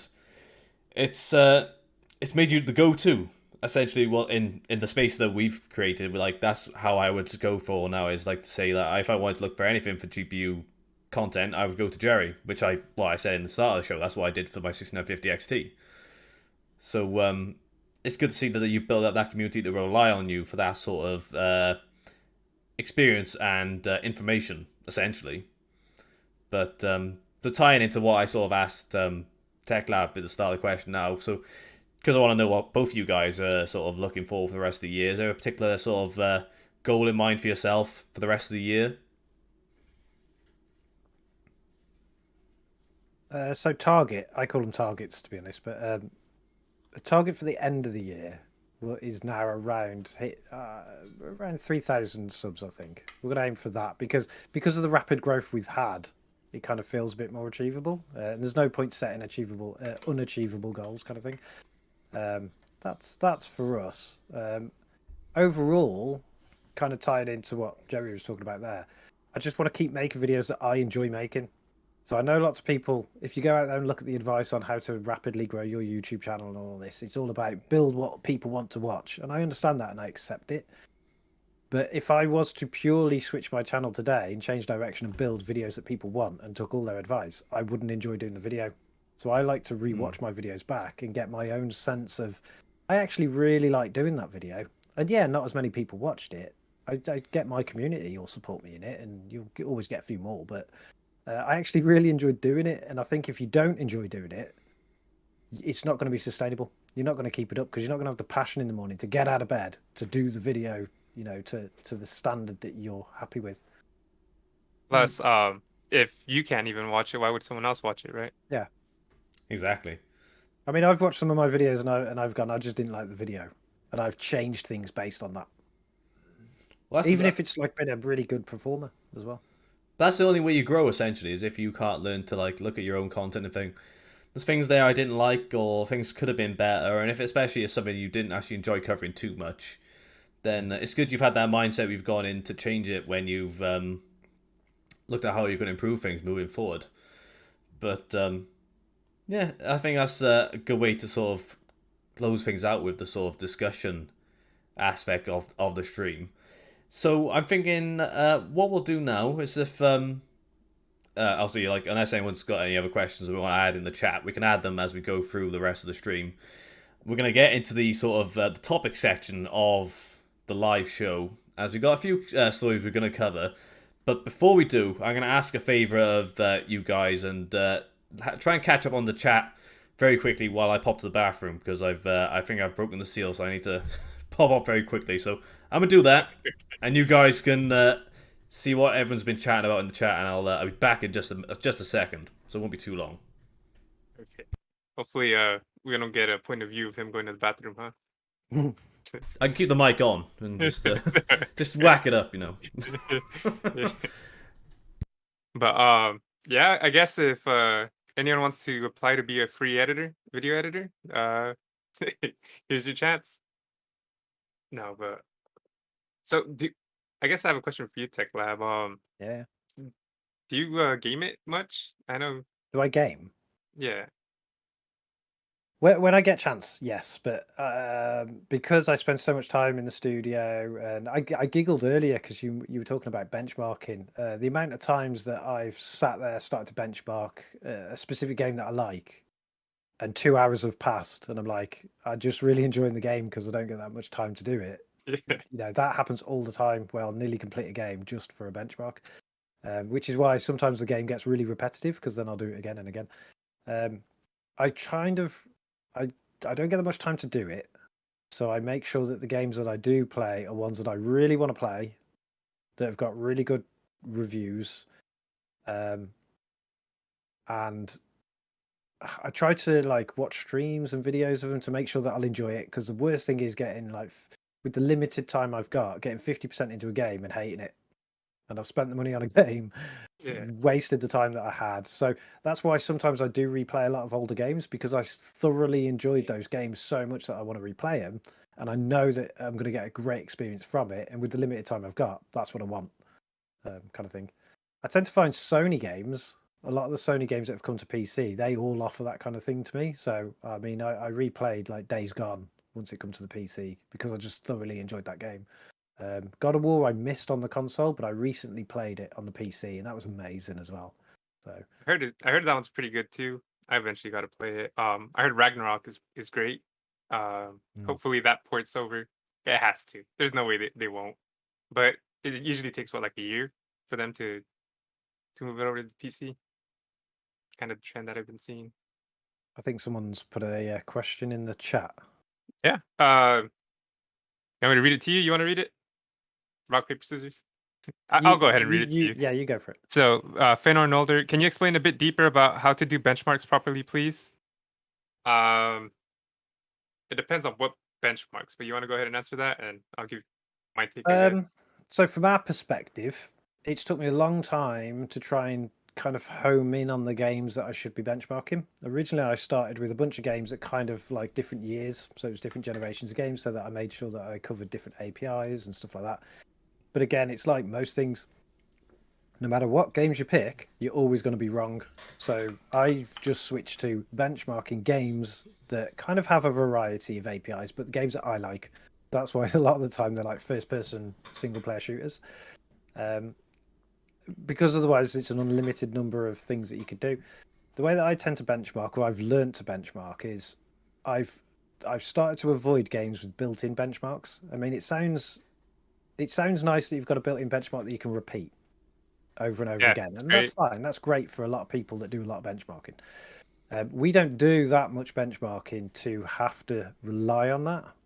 So what we then tend to do is the collection or suite that we've got at the moment is quite intensive. So we can't run them all on old graphics cards because they won't even play. So we've got a different suite for that. But generally, there's 5 or 6 games there, and then I swap one out for a new title that's come out. And if it's got a built-in benchmark, I will run that a few times just to get a sense of where it is based on the hardware that's set up, and then I always play it. And the reason that I do that is because I started watching a lot of channels, and when I was trying to figure this out for myself, I was watching a lot of channels that only repeat the benchmarks. That's all they do.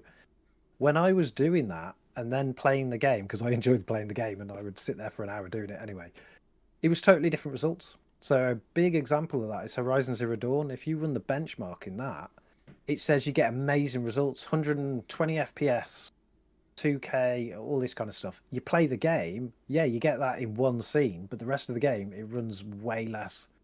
And I started to realise that you can't just rely on them to get an accurate reading for people. And it's one of the reasons why I got a lot of comments from people in the early days going, I can't get anywhere near what your scores you've got, and I've got the exact setup, so what's going on?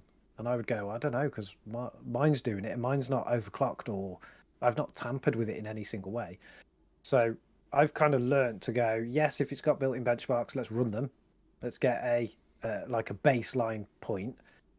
Then I play the games for it takes a long time, I will admit. I will be benchmarking for a day on a graphics card, and that's because I'll jump into a game and I'll try, if it's got like let's say Tomb Raider, it's got open areas, it's got caves, it's got inbuilt areas or populated areas, and I'll skip through the game and I'll test at each point. the capture that people see on the screen when my benchmarking montage comes up is actual footage from that game. I don't use standard default or whatever they call it, generic footage or whatever. I use that from the game, and you can see because the overlay's in the corner. Some people do comment on that and go, your benchmark come out at 100 FPS, but the game you showed was only at 50. Why? What's going on? And I have to explain that, yeah, because the benchmark at the end is an average over many clips, but I've only captured a certain one just to show you that, yeah, it's actually quite bad in this area, but overall the averages work out as about 100.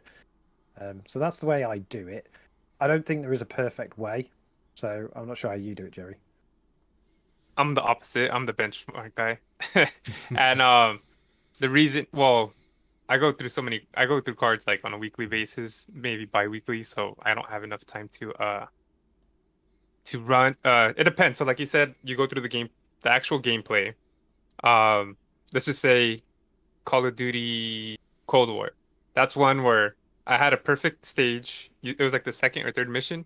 You started up. There was a spot I would start the benchmark. I'd hit on mine it was Control Shift R to start, and that would start the benchmark. So I'd get my average. I'd have it run to a certain clip. I had a part where I would walk to a helicopter. From the helicopter, it flew you solo, and it did its own thing. So that was easy for me to maintain a consistent like path.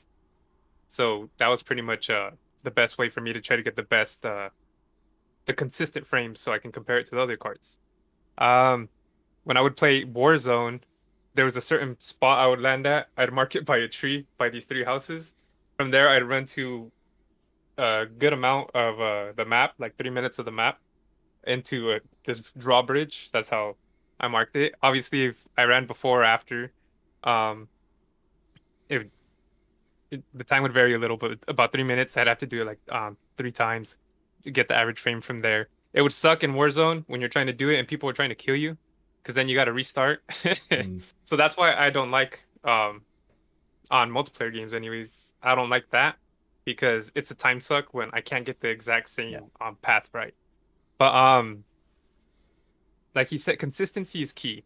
So even if it's just personal benchmarks, if you want to set your default CPU, like to 4.6, 4.7, 4.8, whatever you have it, have your RAM the same, at 3600 megahertz, 3200 megahertz, leave it at the same. Try to have the same key. Temperature, try to leave that same as well. That might affect some frames if you want.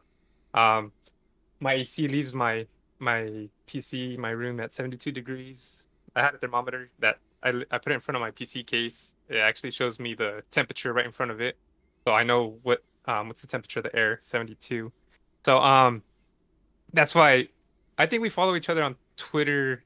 I think I probably follow you the most on Twitter, or I probably respond to your comments and stuff a lot too. But you'll probably see me ask a lot, like, does it have a benchmark mode? And that's kind of a I see that inside one a joke lot with as myself. well. Yeah. Yeah, let's say that's kind of an inside joke I have with myself, anyways. Like, but it's actually true too, because I if it has a benchmark mode, that's great because I can get consistent results between the cards.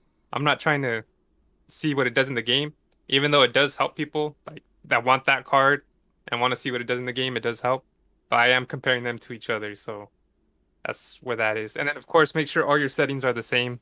Your graphic settings, whether you have it on low settings, high, custom, they have to be exactly the same, just so you can get consistent results. So I think that's probably some of the difference in the way that we do it, isn't it? Because I think you do a lot of comparison between multiple cards at the same time. So you need all those consistencies in place.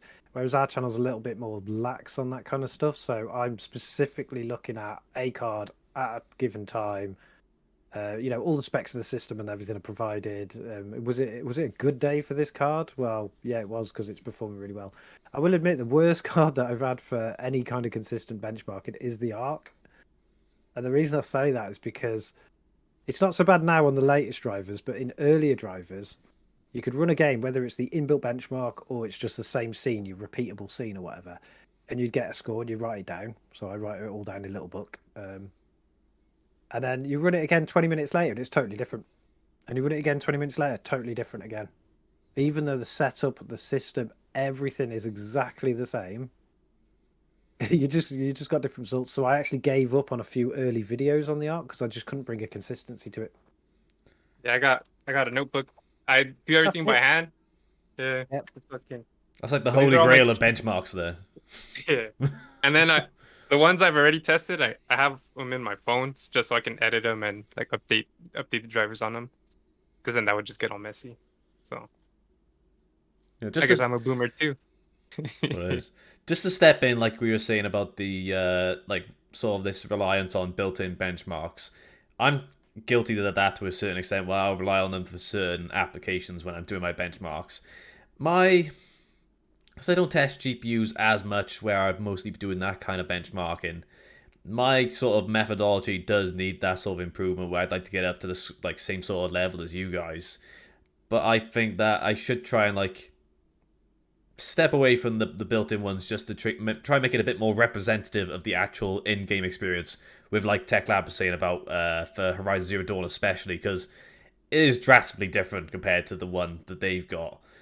But like it's still something I want to try and work on a lot myself. Like sort of tying into the things we were talking about, like for like goals for like 2023. So it's like there's mine. I need to work on my benchmarks so I can keep it up to the level of you guys anyway. But like the best time I had with it though, and it's just a time when I didn't rely too much on built-in benchmarks, was when I was benchmarking the Steam Deck, and that was probably one of my most in-depth videos last year. And I looked at quite a few titles and tried to make sure it was fairly representative of what the actual in-game performance is, because it's going to be extremely different to look at for a device like that, if that makes sense.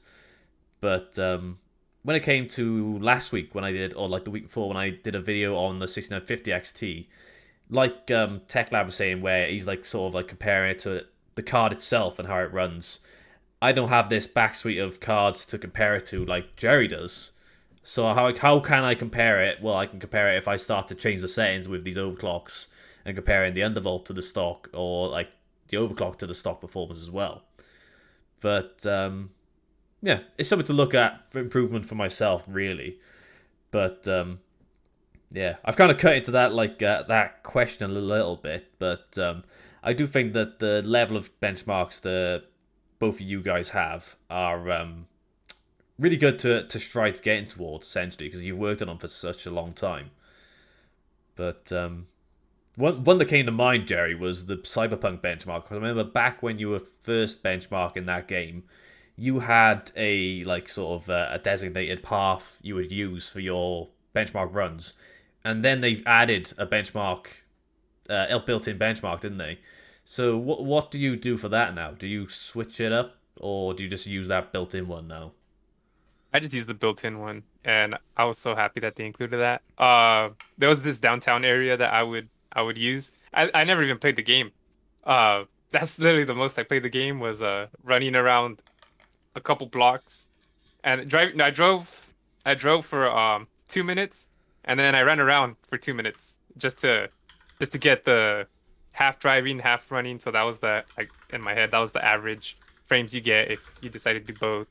And that was the most I played the game. And I would hate when pedestrians jump in front of your car and you hit them, because that I would have to start over, because that was I don't know how much frames that hit or reduced or improved. I don't know, but I was just like, all right, I got to try again.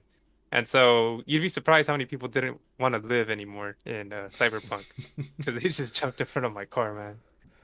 I don't know. That's such a wild game to look at over the past. God, I think it came out 3 years ago this year, potentially. Has it been 3 years? I think it'll be 3 years in November or December potentially. That's a bit wild, but it has come along a long way, if we're being totally honest. From how like horrifically it launched back when it first came out, to now it runs pretty good on quite a wide range of hardware. Is that a title you've tested much, TechLab? It's part of our suite, but I've never actually played it. Just like Jerry, literally what you Okay. see on the video is like it's as repeatable pattern as I can, based on the people that tried to jump in front of your cars and stuff. I probably benchmark for too long, to be honest, because I don't know how long do you actually benchmark if you're doing an in-game one, Jerry? It Shit, can I check my Cyberpunk hours? No, that's it show because I borrowed it from my cousin. It show how long he played it. Because Um, it depends on the game, but like Cyberpunk, I did about 4 minutes each run, 3 runs. That's about okay, so that's that's about probably 12 minutes in 1080p and then 12 minutes in 1440p. That's not including all the load times. That's not including having to restart because there's anomalies, like I said. yeah. So it could, That's probably the difference then, because I mean, I'll spend a whole day benchmarking 5 or 6 games, and that's because I'm rinse and repeat in the scene again, running the built-in benchmarks to compare and create baselines, and I kind of average across the whole lot once I get there. But I'll literally, like Horizon Zero Dawn, I'll be playing for an hour, different scenes, yeah. and then I'll repeat them again, and I'm repeating them again, and it's been an hour and a half on the same game. You'd think I get bored because the amount of graphics cards I generally do with the same game, but it's been all right so far. I would say in total, it takes me about 3.5 hours to finish my benchmarks. Um, the a thing that takes long too is the graphic setting, making sure they're all equal every time, because you never know. Every once in a while, when you swap in a new GPU, it resets it. With the 7900 XT, it reset everything to low setting. This is what we recommend. I was like, what the hell? So, yeah, like I said, that takes up a good amount of time too. But 3 hours, 3.5 hours total benchmarking per card. I've had a few cards do that.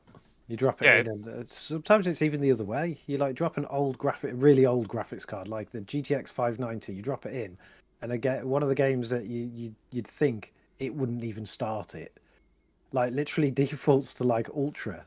You're like, yeah. what's going on there? So yeah, you have to. It takes a lot of time to make sure that all settings are bang on as well. Particularly with like since FSR and stuff come along, because some games will default that on because they'll detect that you'll need it. Yeah, I'm gonna say with FSR, DLSS, XS, um, ray tracing shadows, like not the full ray tracing. It does take a good amount of time because it's a bunch of stuff you got to test. That's one reason why I hate testing Cyberpunk, is because it has FSR, DLSS, ray tracing, and so you got to test them all regular with the super sampling on. You got to test out the ray tracing with super sampling on. And I'm glad they implemented FSR 2.1, because before the NVIDIA cards had a big advantage because you could use DLSS on them. But now with FSR, a lot of the times that the AMD cards are beating them on most things except for ray tracing. That's why I tend find to do. So go on. Sorry, Jack. Sorry. I tend to do separate videos for the FSR and the ray tracing because it's like I'll do a video on a graphics card and I leave it as presets. I only ever use presets because that's mainly what most people are going to do that view my kind of videos, my audience. They're literally people that just throw it in. I mean, I've met so many people that don't even know that you should install graphics drivers. They've installed the card and it works, and then they'll come to us and go, why don't I get the same scores as you? What driver are you using? What's a driver? So that's the kind of level AMD people sucks. So you leave it on presets, but when people do ask me and they go, why don't you test with ray tracing? I'll go, well, just take the raster score and drop a load off. Why don't you test with FSR? We'll take the raster score and put some on. But I'll do a dedicated video on it later on. It's just that I can't cover that much because I'll be benchmarking for 4 days for a video that gets like 200 views, and it's too much. Ray tracing's overrated. I did a video on it recently, didn't I, with the RX 6600, and it performed super well compared to what people had told me. I'd never really experienced a 6000 series card with ray tracing, but from what you read, I thought, plummet 10 FPS on everything, but it wasn't. It performed really, really well. But maybe it is because I'm old, Jerry, but I couldn't really tell the difference on a lot of them. Yeah, I think Cyberpunk was the biggest difference. And that one, it takes a big hit. But it was a massive hit.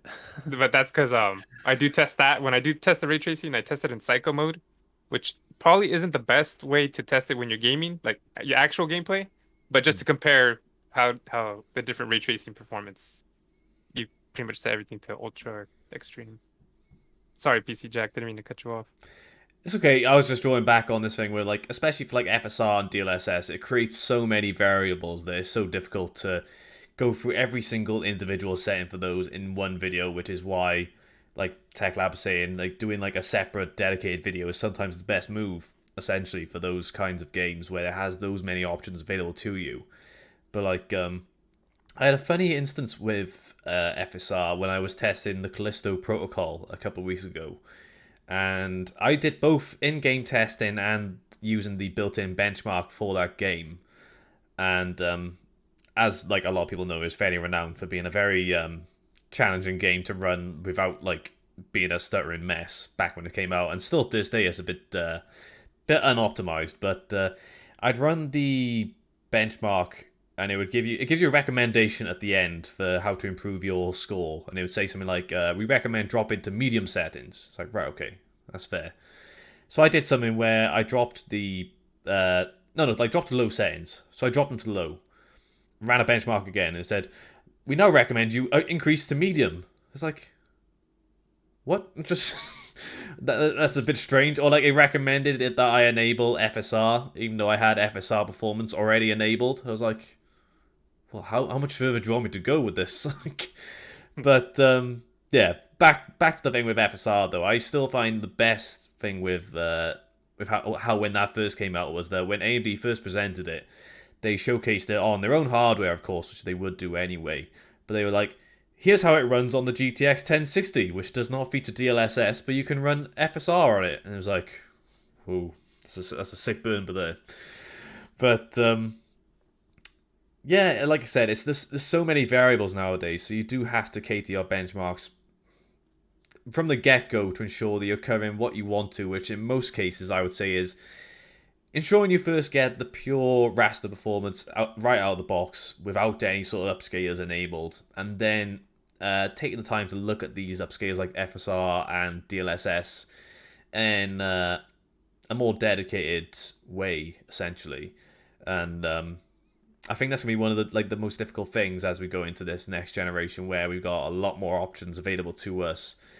And I know this is something you've had a bit of difficulty with yourself, Jerry, where you're trying to sort of figure out the best way to benchmark these games while still covering everything that people want to see when they look at these results.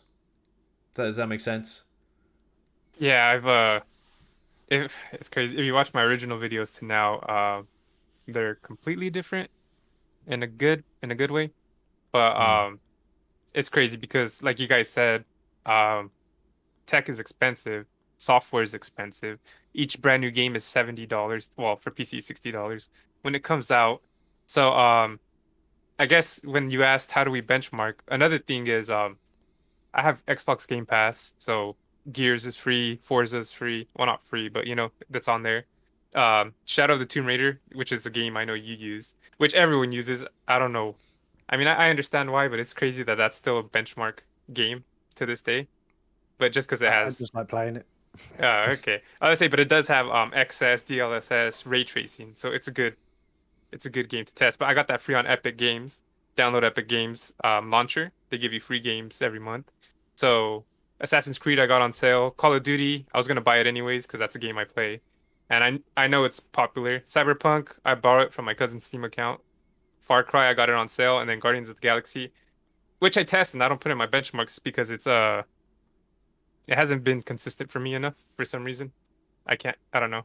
All the high-end cards just hit 143, 146. And I don't know if it's the game or what, but it caps at that. Well, yeah, I think Phenon Nolda, I think we've given you a pretty thorough insight into that question, essentially. But I think now would be about the right time, guys, like, because we've been going for about nearly 2 hours now, and we need to talk. We need to at least talk about a bit of news before we close things out. So, how do you guys feel about if we just go over a couple of topics before we close the show out? What do you think? Yeah, go for it. Yeah, you're the boss. Let's do it. Let's get into what is essentially our headline topic for the stream, despite we're nearly 2 hours into the stream, and that is, of course, AMD's Ryzen 7000X3D chips get release dates. February 28th and April 6th. And they're going for $699, $599, and $449 respectively.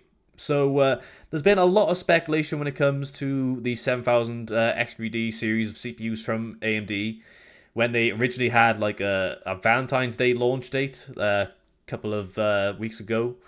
And then there was also the rumors about potentially being able to overclock on those cards, which cards on the CPUs, which is a little strange. But as you see, we now have some definitive information from AMD regarding this. So if you're after the 7950X3D, that will be available for $700 on the 28th of Feb. And the same day, you can also get the 7900X3D for $599. And then a couple of weeks later, you can then get the 7800X3D for $449 on that would be the 6th of April, which is, I think that's going to be an interesting skew, especially because of how well the 5800X3D did, especially at the price point that it came in at.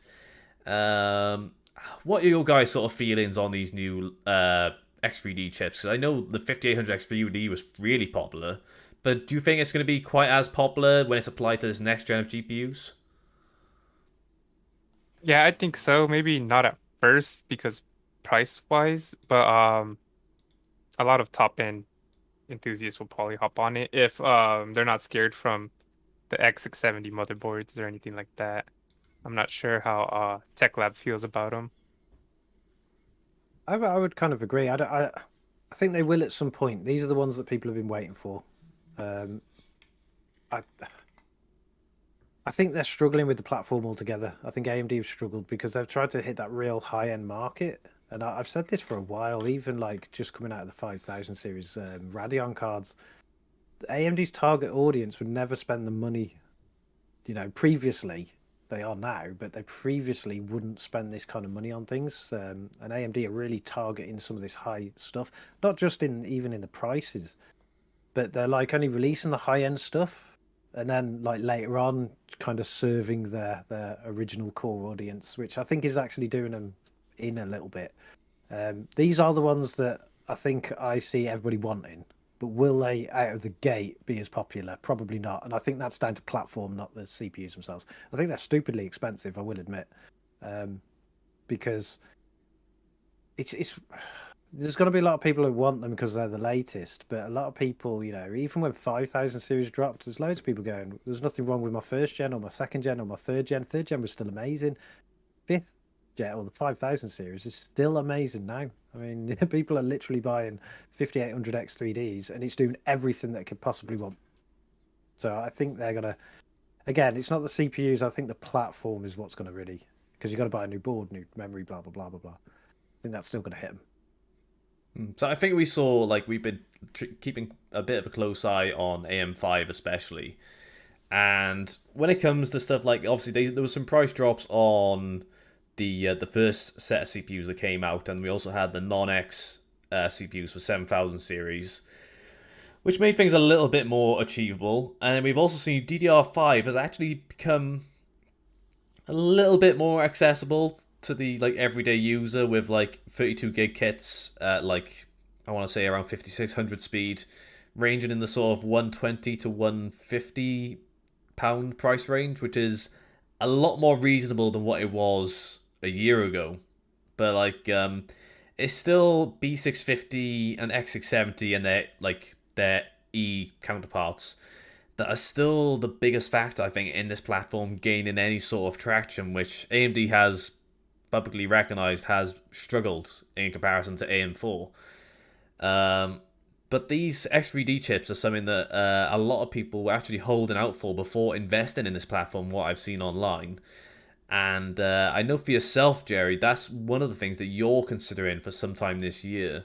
So have you been paying close attention to not so much the CPUs, but motherboards in general for this platform? Yeah, where's my $130 motherboard? Before they released, didn't they say that was gonna be their lowest priced was the X not the X, their B650 or something like that? I think they said that for B650 potentially, which was never the case, but I think only now we're starting to see that price point. But with it'll be the A620 chipset. I think that's it. But that again, I'm assuming it's going to have some of the same limitations that the A520 chipset had before, where it didn't allow any sort of overclocking. maybe on memory was the only exception on that, but it limits you in terms of overclocking, which might not be an issue for some users, but considering on the majority of AM4 and AM5 motherboards, overclocking is guaranteed. So you're limited on that point, and also again, you're going to see some limits when it comes to PCIe bandwidth on that sort of chipset. But like, yeah, it's not what we were promised. We were promised that on B650, which was the more mainline entry you'd expect for a motherboard of that price, like for that sort of SKU. But I am curious to see where those motherboards line up throughout the rest of the year.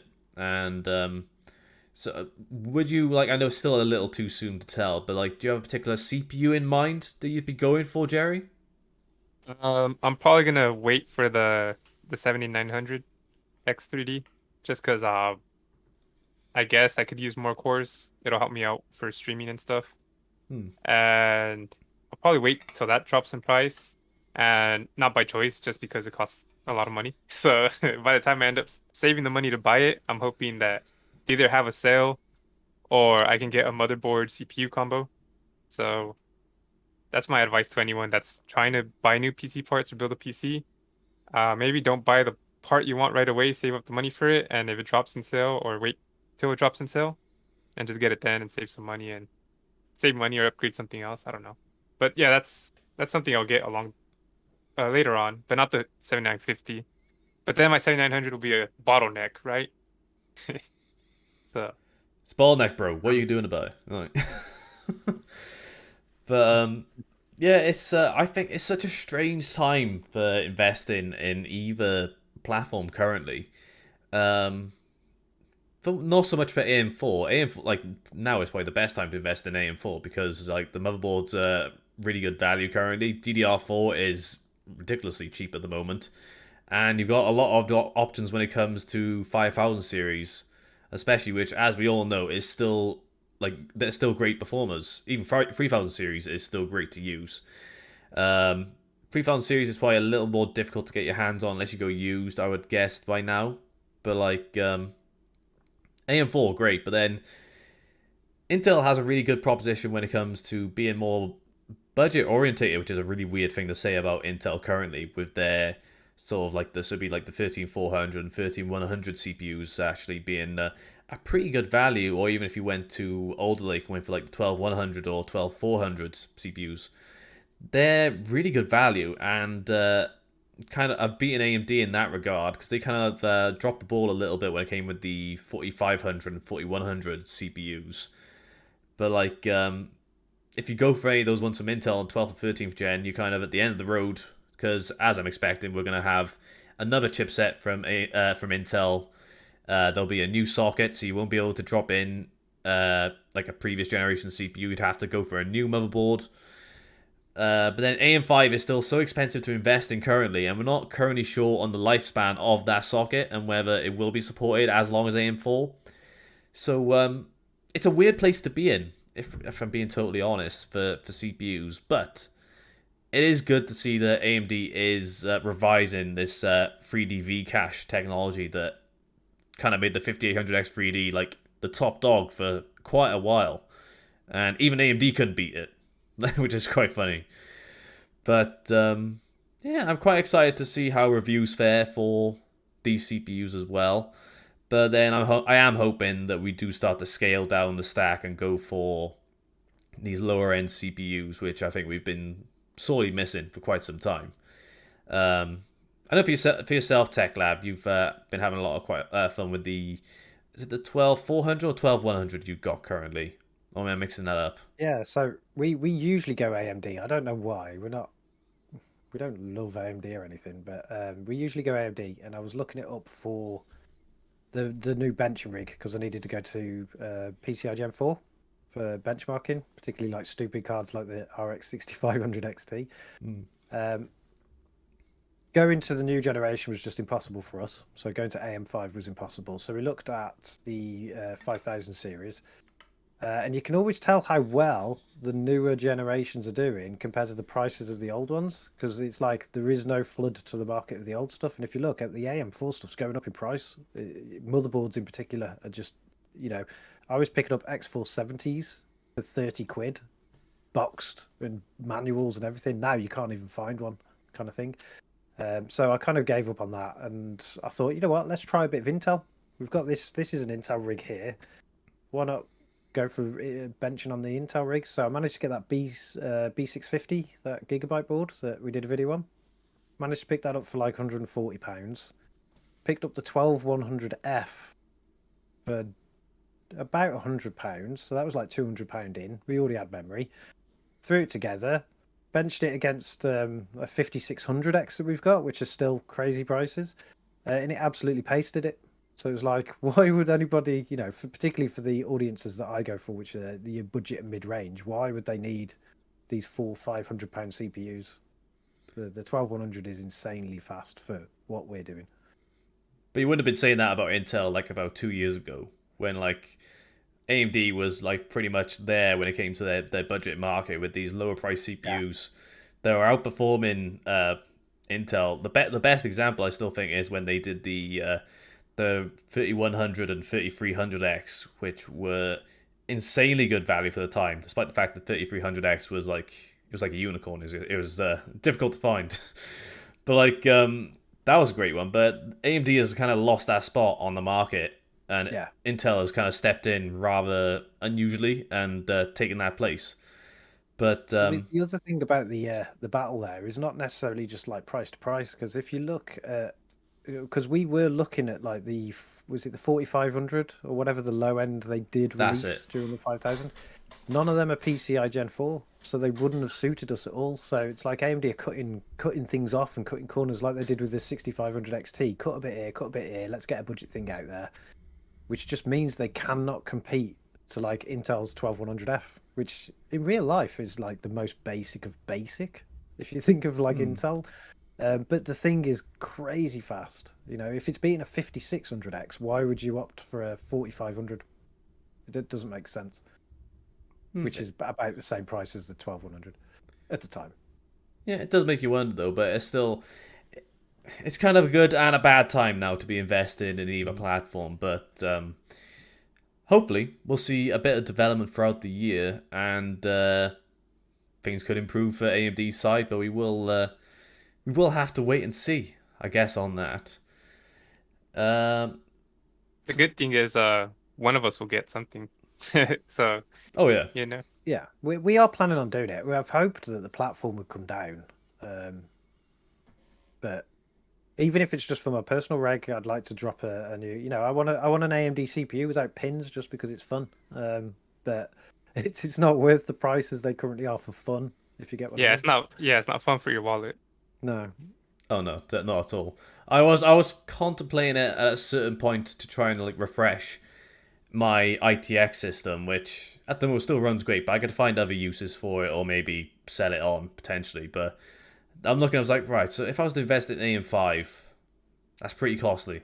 I could probably put that towards something in my wedding, so maybe that'd be a better idea right now. But just gotta see how the market is and take it from there, I suppose, really. But if I could tell you anything, the wedding market is super overpriced too, man. So good luck there, bro. I'm experiencing that firsthand right now, but it is what it is. Everything you buy is like buying a 4090. It is. How many 4090s could you buy for like a wedding? So that's a horrible thing to contemplate. Work it out. There's a bit of content for you when you've had the wedding. Yeah, we'll have to we'll look into it there. What was more expensive, this build or my wedding? That's something I probably shouldn't discuss with the fiance. But anyway, I've got a story here that Jerry sent me a couple of days ago that I don't really have too much to add on to it, but I just thought it was something that would be really cool to highlight on the show. So that is Corsair's funky new power supply moves the connectors to the side. Have you guys seen these? So this would be the Corsair Swift RMX PSUs. You guys seen these floating about? Yeah, I haven't seen them in person, but I've read some stuff about them. Well, I'm quite interested in them. I think they're pretty cool. So just to give a bit more information for the chat. So if I just go for the start of this article on here. So on the whole, power supplies haven't changed much for DIY builders. The back gets mounted to the computer case, while the power supply cable is linked to the front. If you end up working a chassis with little clearance of cables, it can transform cable management into a puzzle. I think we've all been there, just dealing with that debacle. But not so with Corsair's new line of RMX Shift ATX 3.0 modular power supplies, which make the radical change of moving the power supply connections to the side of the PSU. Or at least the design reduces the issue depending on your computer case. Narrow cases created with the traditional power supplies in mind may not have side clearance. You'll need at least 30mm of space. But if your computer case is compatible, you can take the full benefit of having a side panel of connectors. For starters, you won't need to make hard angles when routing your cables from the PSU to the motherboard or other components. Goodbye and good riddance for best wrestling bouts with a chunky 24-pin cable that should allow for cleaner and more elegant lines. So I do quite like the appeal of this power supply itself and how it kind of creates some sort of interesting ways that you could route your cables behind the motherboard tray and make things a little bit neater. And is it the first of its kind? I've never seen a power supply like this. Is this the first we've seen of any of these before? I'm not sure if you guys have seen any other power supplies that had quite the same functionality, or am I wrong? Never seen one. So this is kind of a callback from earlier. So you said you don't like reviewing PSUs, right?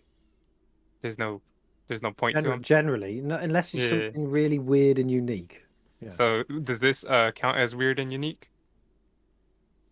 I would probably take a look at one of these. These are really weird because when I first saw them, people were sending me the articles and things like that, and I was like, I don't get the point, because it felt at the time like they're trying to solve a problem that doesn't exist, and trying to just sell more PSUs because they did something.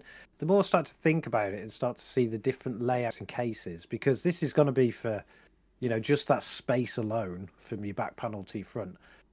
It's got to be for a very small audience at all.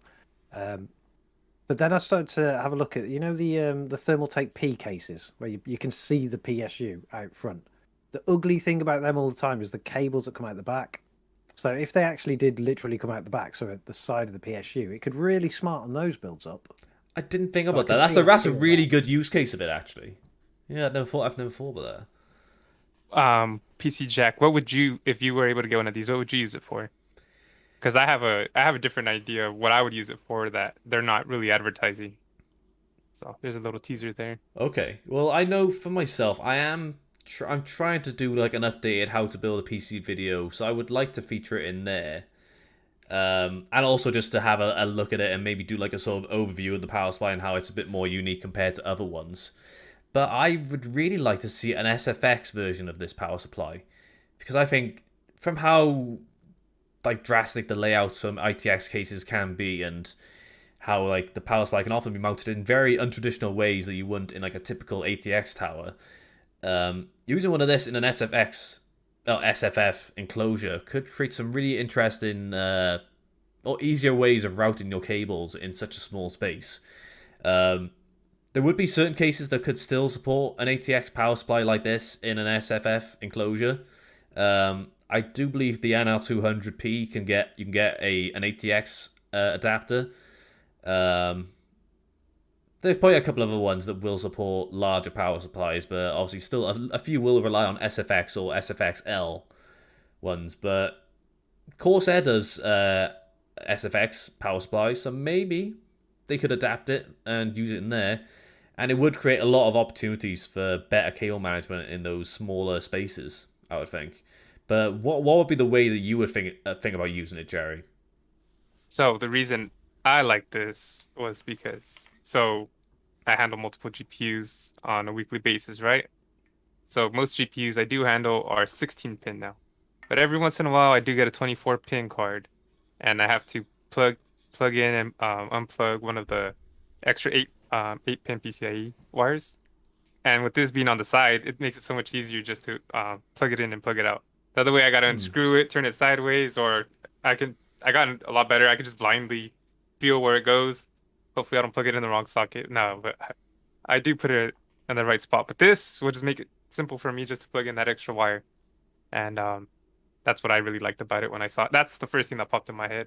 Not even wire layouts or anything like that. Obviously, one of the things we are overlooking with it, though, is of course that support for ATX 3.0 power on there, which I think a lot of power supply manufacturers are starting to implement a lot more as we go into this next gen of GPUs, which, as we've seen, has been like a whole different like aspect challenge with connectors catching fire and all that stuff. So it's an additional feature that's quite useful for PC builders nowadays. But like, did you guys sorry, did you guys see the PS or the GPU that caught on fire, the wires that caught on fire with the 3.0 PSU? you have to be a bit more specific, I think. I've seen quite a few of them go up in flames. Yeah. Yeah, I think that's a little ironic. So there's no stopping that. Sorry, PC Jack, I didn't mean to cut you off. No, it's fine. So I was kind of getting into that anyway, but like, it's good that it is getting that additional support now, and I think we've kind of moved on from the issues with that connector because a lot of it seemed to be from people like not fully seating the cable. If I'm correct, they were not fully plugging it in, which was leading to issues with shorting within the connector. I'm not a fan of the ATX 3.0 16-pin connector anyway. I'm kind of on the mindset that I'd rather just have multiple 8 pins to like share that much of a load anyway, but that's a whole different discussion. But no, it is interesting to see such a different power supply, which is kind of a difficult task to do because let's face it, power supplies are probably the least interesting like piece of computer hardware essentially. But this does seem it does seem like something that would be more interesting to look at, I would think anyway. But I might try and get my hands on one, but like I think the pricing is a little high for what it is at the moment. How much are they in the UK?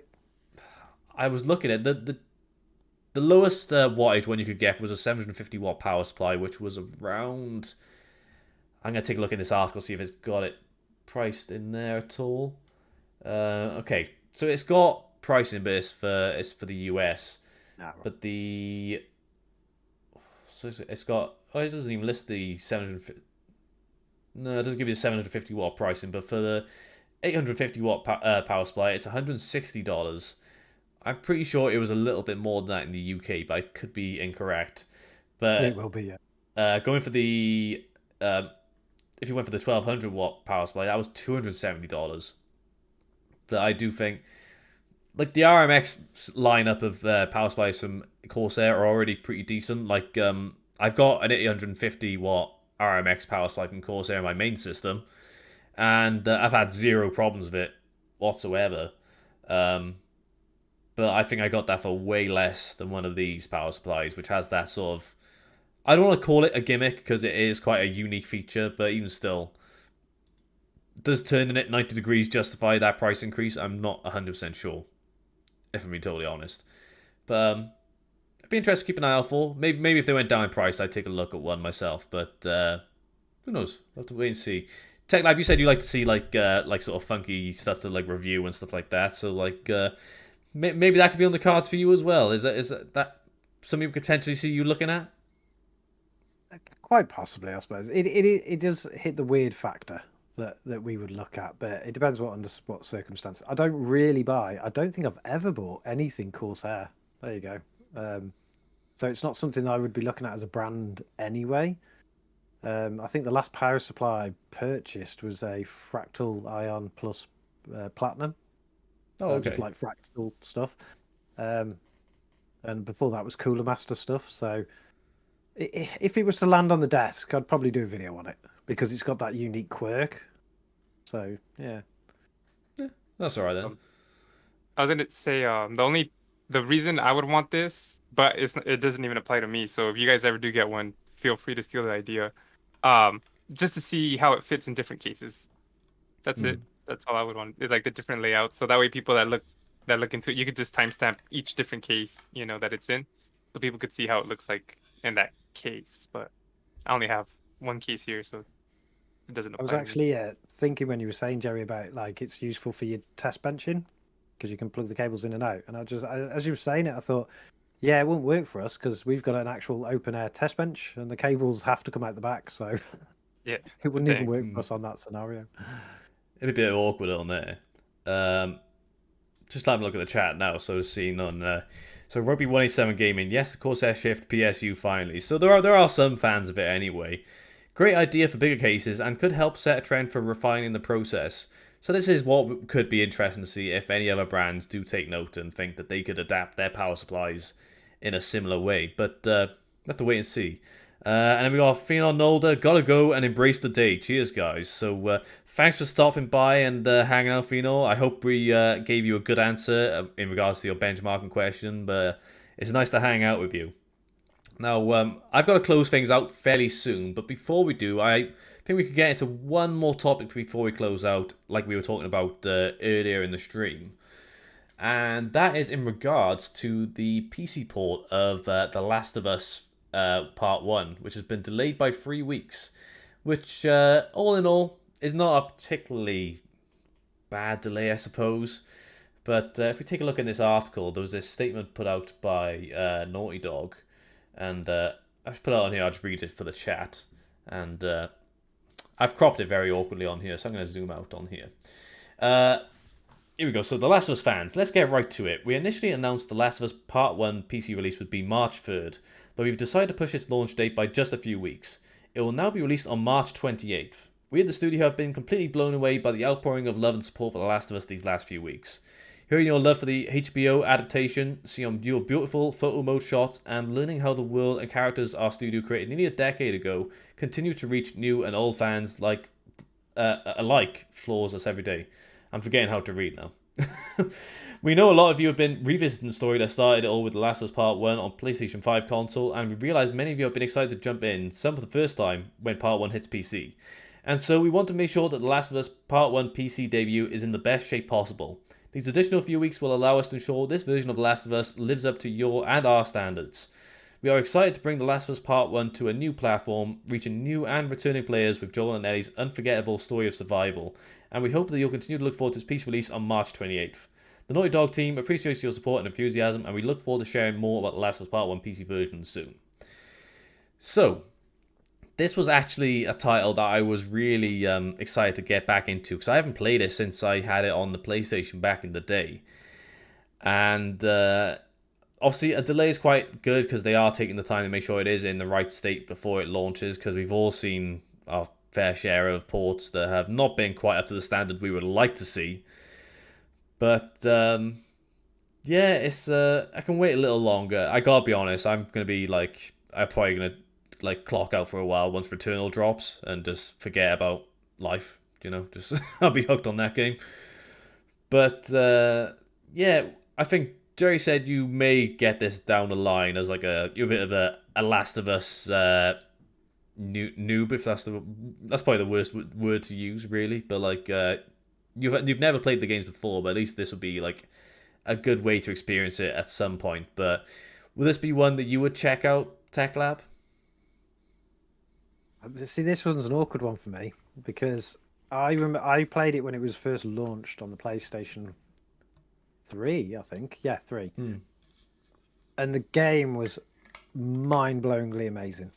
It was one of those games that, there's a game that comes along now and again which just totally changes your perspective. It's one of those games where you're glued to your TV or whatever, just all the way through, and you can't leave the television because it's the in-depth story, the storytelling, the graphics, everything's amazing. It's like the Half-Life 2 of that generation for me.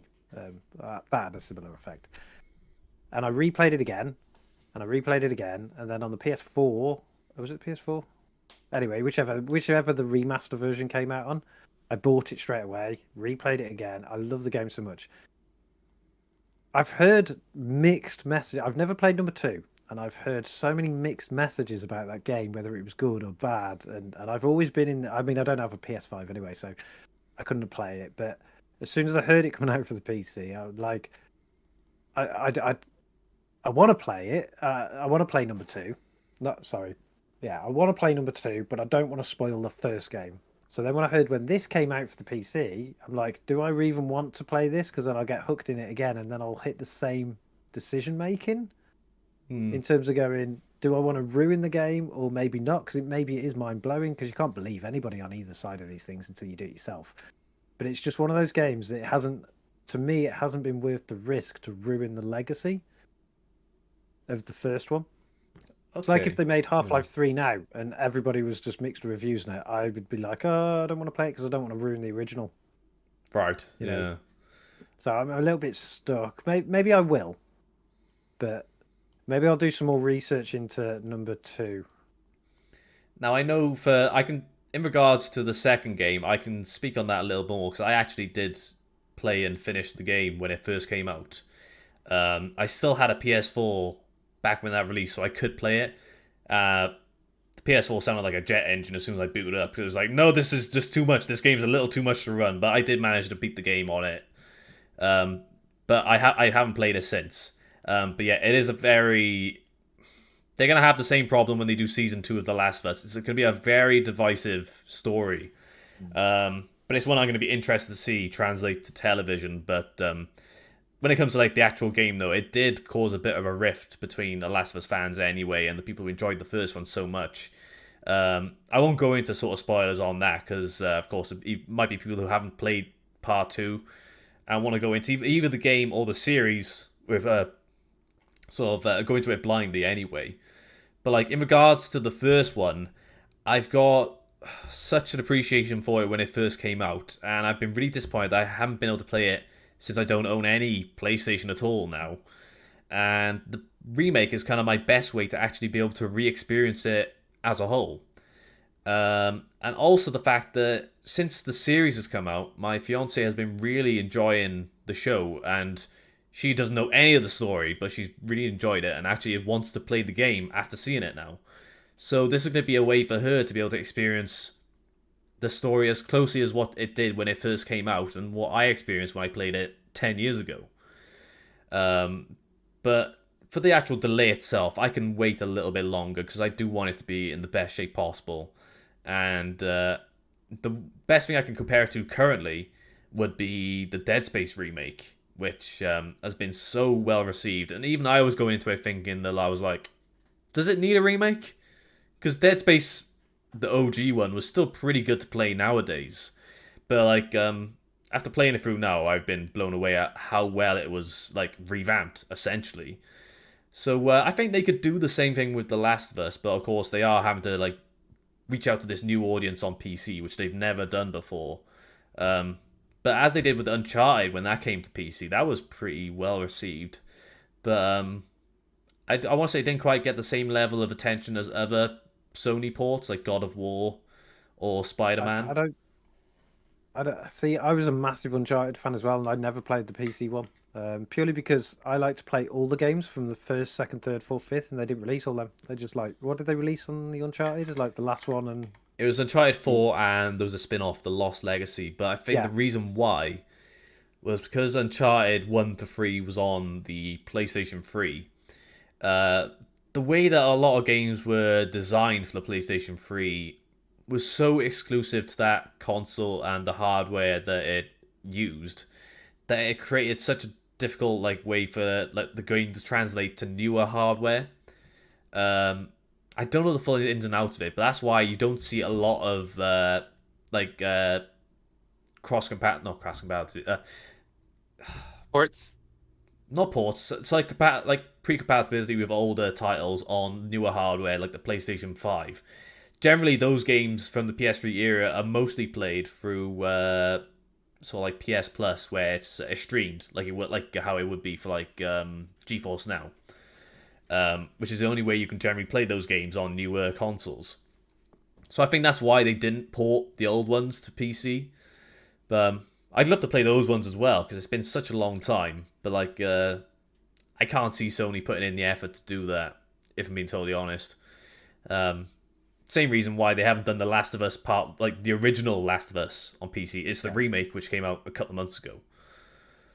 But if the remake is amazing, so like you say, if as long as the people are like playing it and going like, there's no big technical issues with it, and it looks amazing compared to the original, I'll probably play it.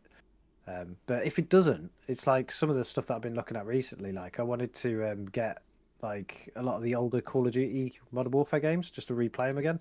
And the PC, they're insane prices still on like Steam.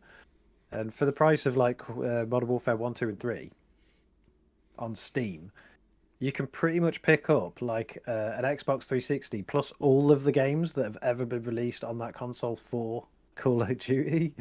So I might go that route if it's not as bad, just to have that replay factor. Yeah, you'd be right. Microsoft owns Activision. Well, they're trying to own them. So maybe eventually down the line, those games will be on Game Pass, hopefully.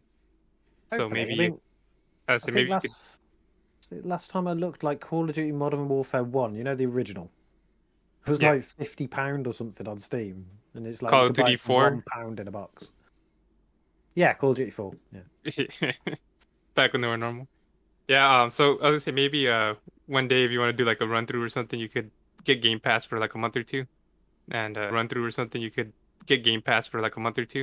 and just Yeah. stream them on there if that's an option one day. Yeah, that'd be right. And then.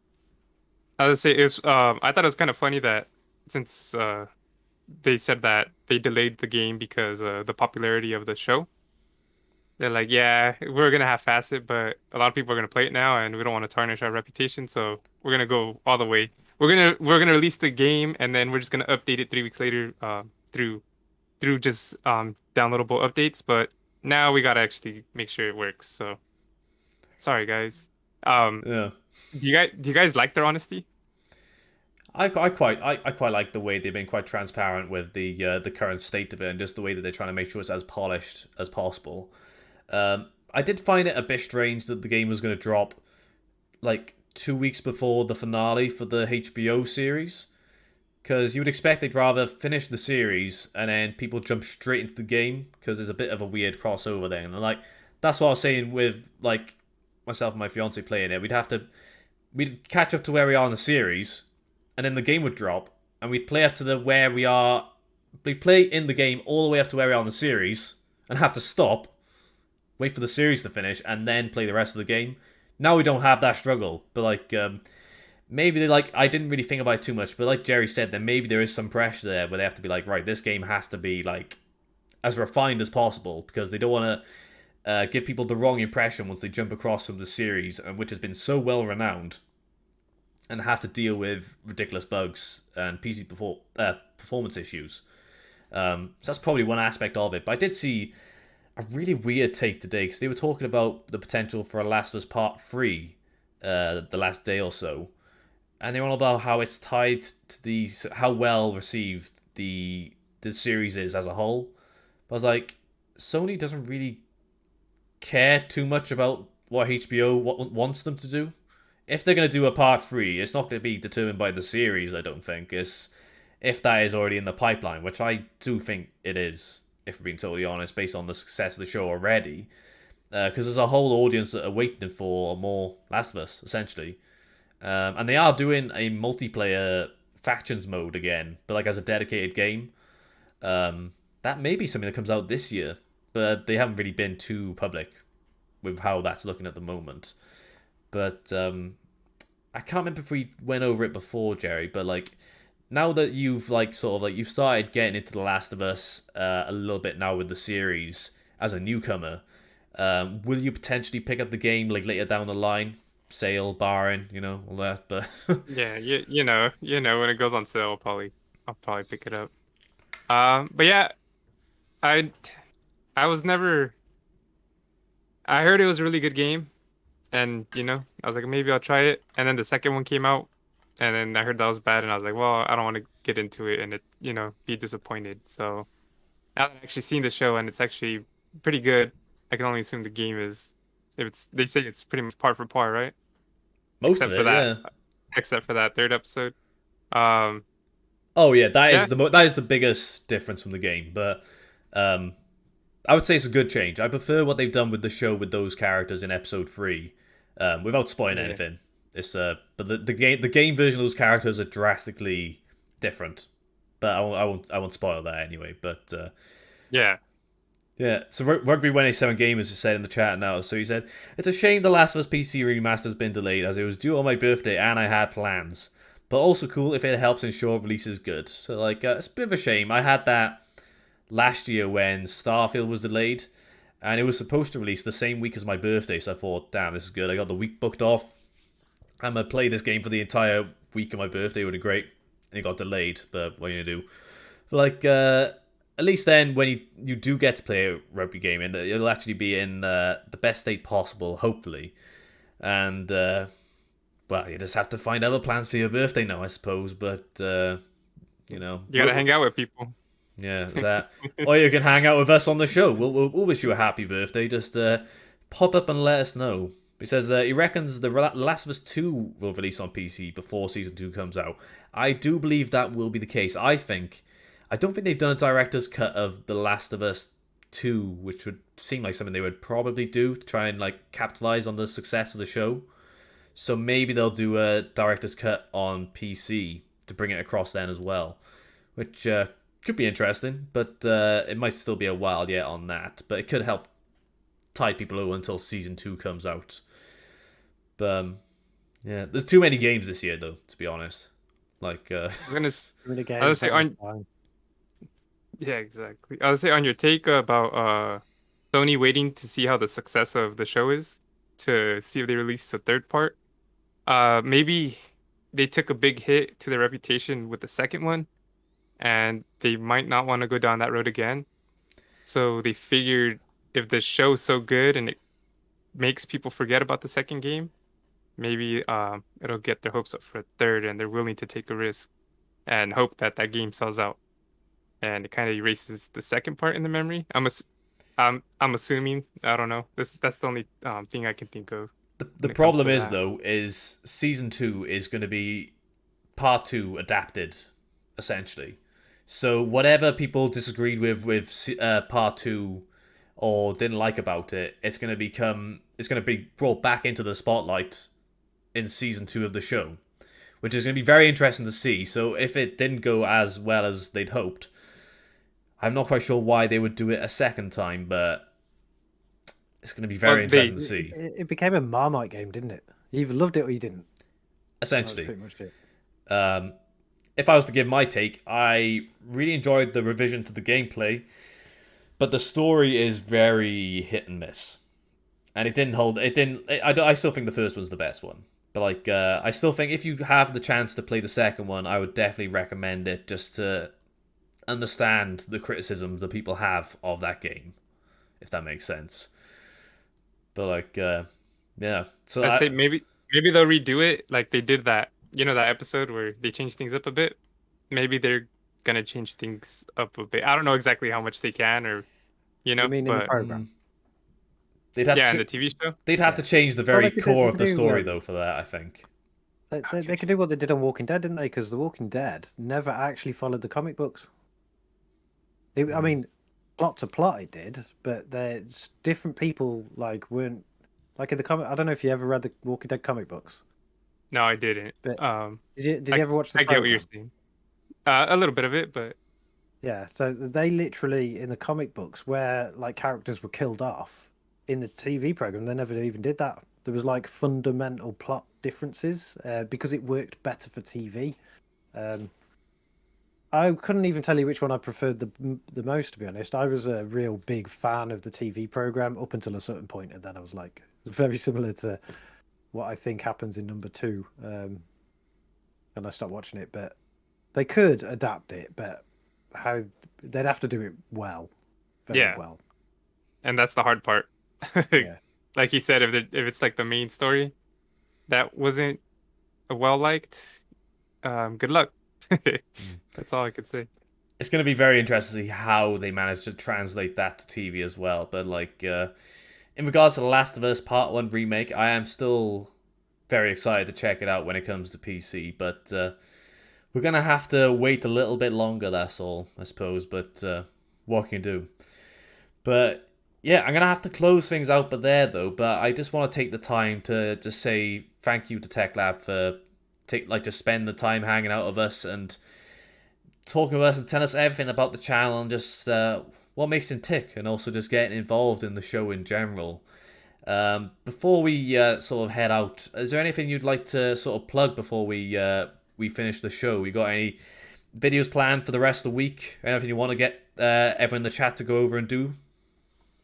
Oh, I'm pretty terrible at plugging things. No, just generally, if people are interested in a mixture of older, newer tech, generally my thoughts and tinkering with stuff, make sure you just head to the channel, drop us a subscribe, or go and watch some videos and see if you kind of like it. We do have a couple of videos coming up. I think we were talking about this previously, weren't we, PC Jack, that I think I'm running at the moment of like 2 videos a week. So there's content coming out, and I've got buckets full of ideas and things in motion and stuff like that. Hopefully the next couple are going to be more tinkering videos, the ones that I like to do. I know we've got a stack of old things like old laptops that we've managed to get in, and we're going to be tinkering with them. Power supply is going to be tinkering with them, that kind of stuff. So, yeah, jump over and see if you like the stuff. Sweet, that's good to know. I've included, so that if you guys are curious, there's links to all of TechLab's stuff, like his Facebook, Twitter, Instagram, whatever you want, wherever you can find him, it's there in the video description. So do make sure to check it out. But as well, before we finish up, Jerry, what you got? Have you got a stream planned for later, and any videos to plug for the rest of the week? So my birthday was on Sunday, so I just turned 30. So sorry, it's gonna be hilarious. I did say happy birthday on the Discord, but happy birthday in person as well. Just to thank say. you. So I'm gonna try to play Hogwarts Legacy. I just thought it was funny. I'm like, man, I just turned 30 and I'm gonna be playing a Harry Potter game. I was like, all right. So I'll be playing that later tonight. In like 5 hours. You guys will probably be asleep. And I'll probably be doing the Intel Arc. Not probably. I'll be doing the Intel Arc review of how it is now. If you want to see videos before it leading up to it, go check out TechLab's videos on it. He fills in that space that I haven't been doing, so that's a perfect way to do that. Sweet, that's good to know. But like, yeah, so thanks again, Tech. I think it's been a really interesting one, because you know, it's great. Like, me and Jerry have a great time doing these streams, but it's cool to get like a fresh face on the show and change things up a little bit. And yeah, so don't be a stranger. If you want to stop by and hang out, you're always welcome to stop by and chat with us on the stream and hang out with everyone. So thanks again, anyway. But Yeah, thanks for having me on. it's no problem. It's like I said, it's great to have you here, and I'm sure Jerry as well is happy to have someone else to bounce off of as well, which is always really cool to experiment with on these streams. But yeah. So yeah, that's it for tonight's show, guys. If you enjoyed it, then please feel free to like and subscribe for more streams and videos on the way soon. Like I said earlier, if you want to check out TechLab's channel, all the links for his channel, including his socials, are in the video description, as well as Jerry's links for Discord, his channel, all that stuff, as well as mine. Go ahead and check those out and show some love with a subscribe to any one of us for all the tech goodness you could possibly want. We should be back next week with another live show on Tuesday at 7 o'clock, the usual time. And let us know if you want to see more guests on the show. We'll have to try and get some more people to come and hang out with us and just talk shit, you know. It's great. But yeah, thanks again, guys. We shall see you in the next one. So peace out.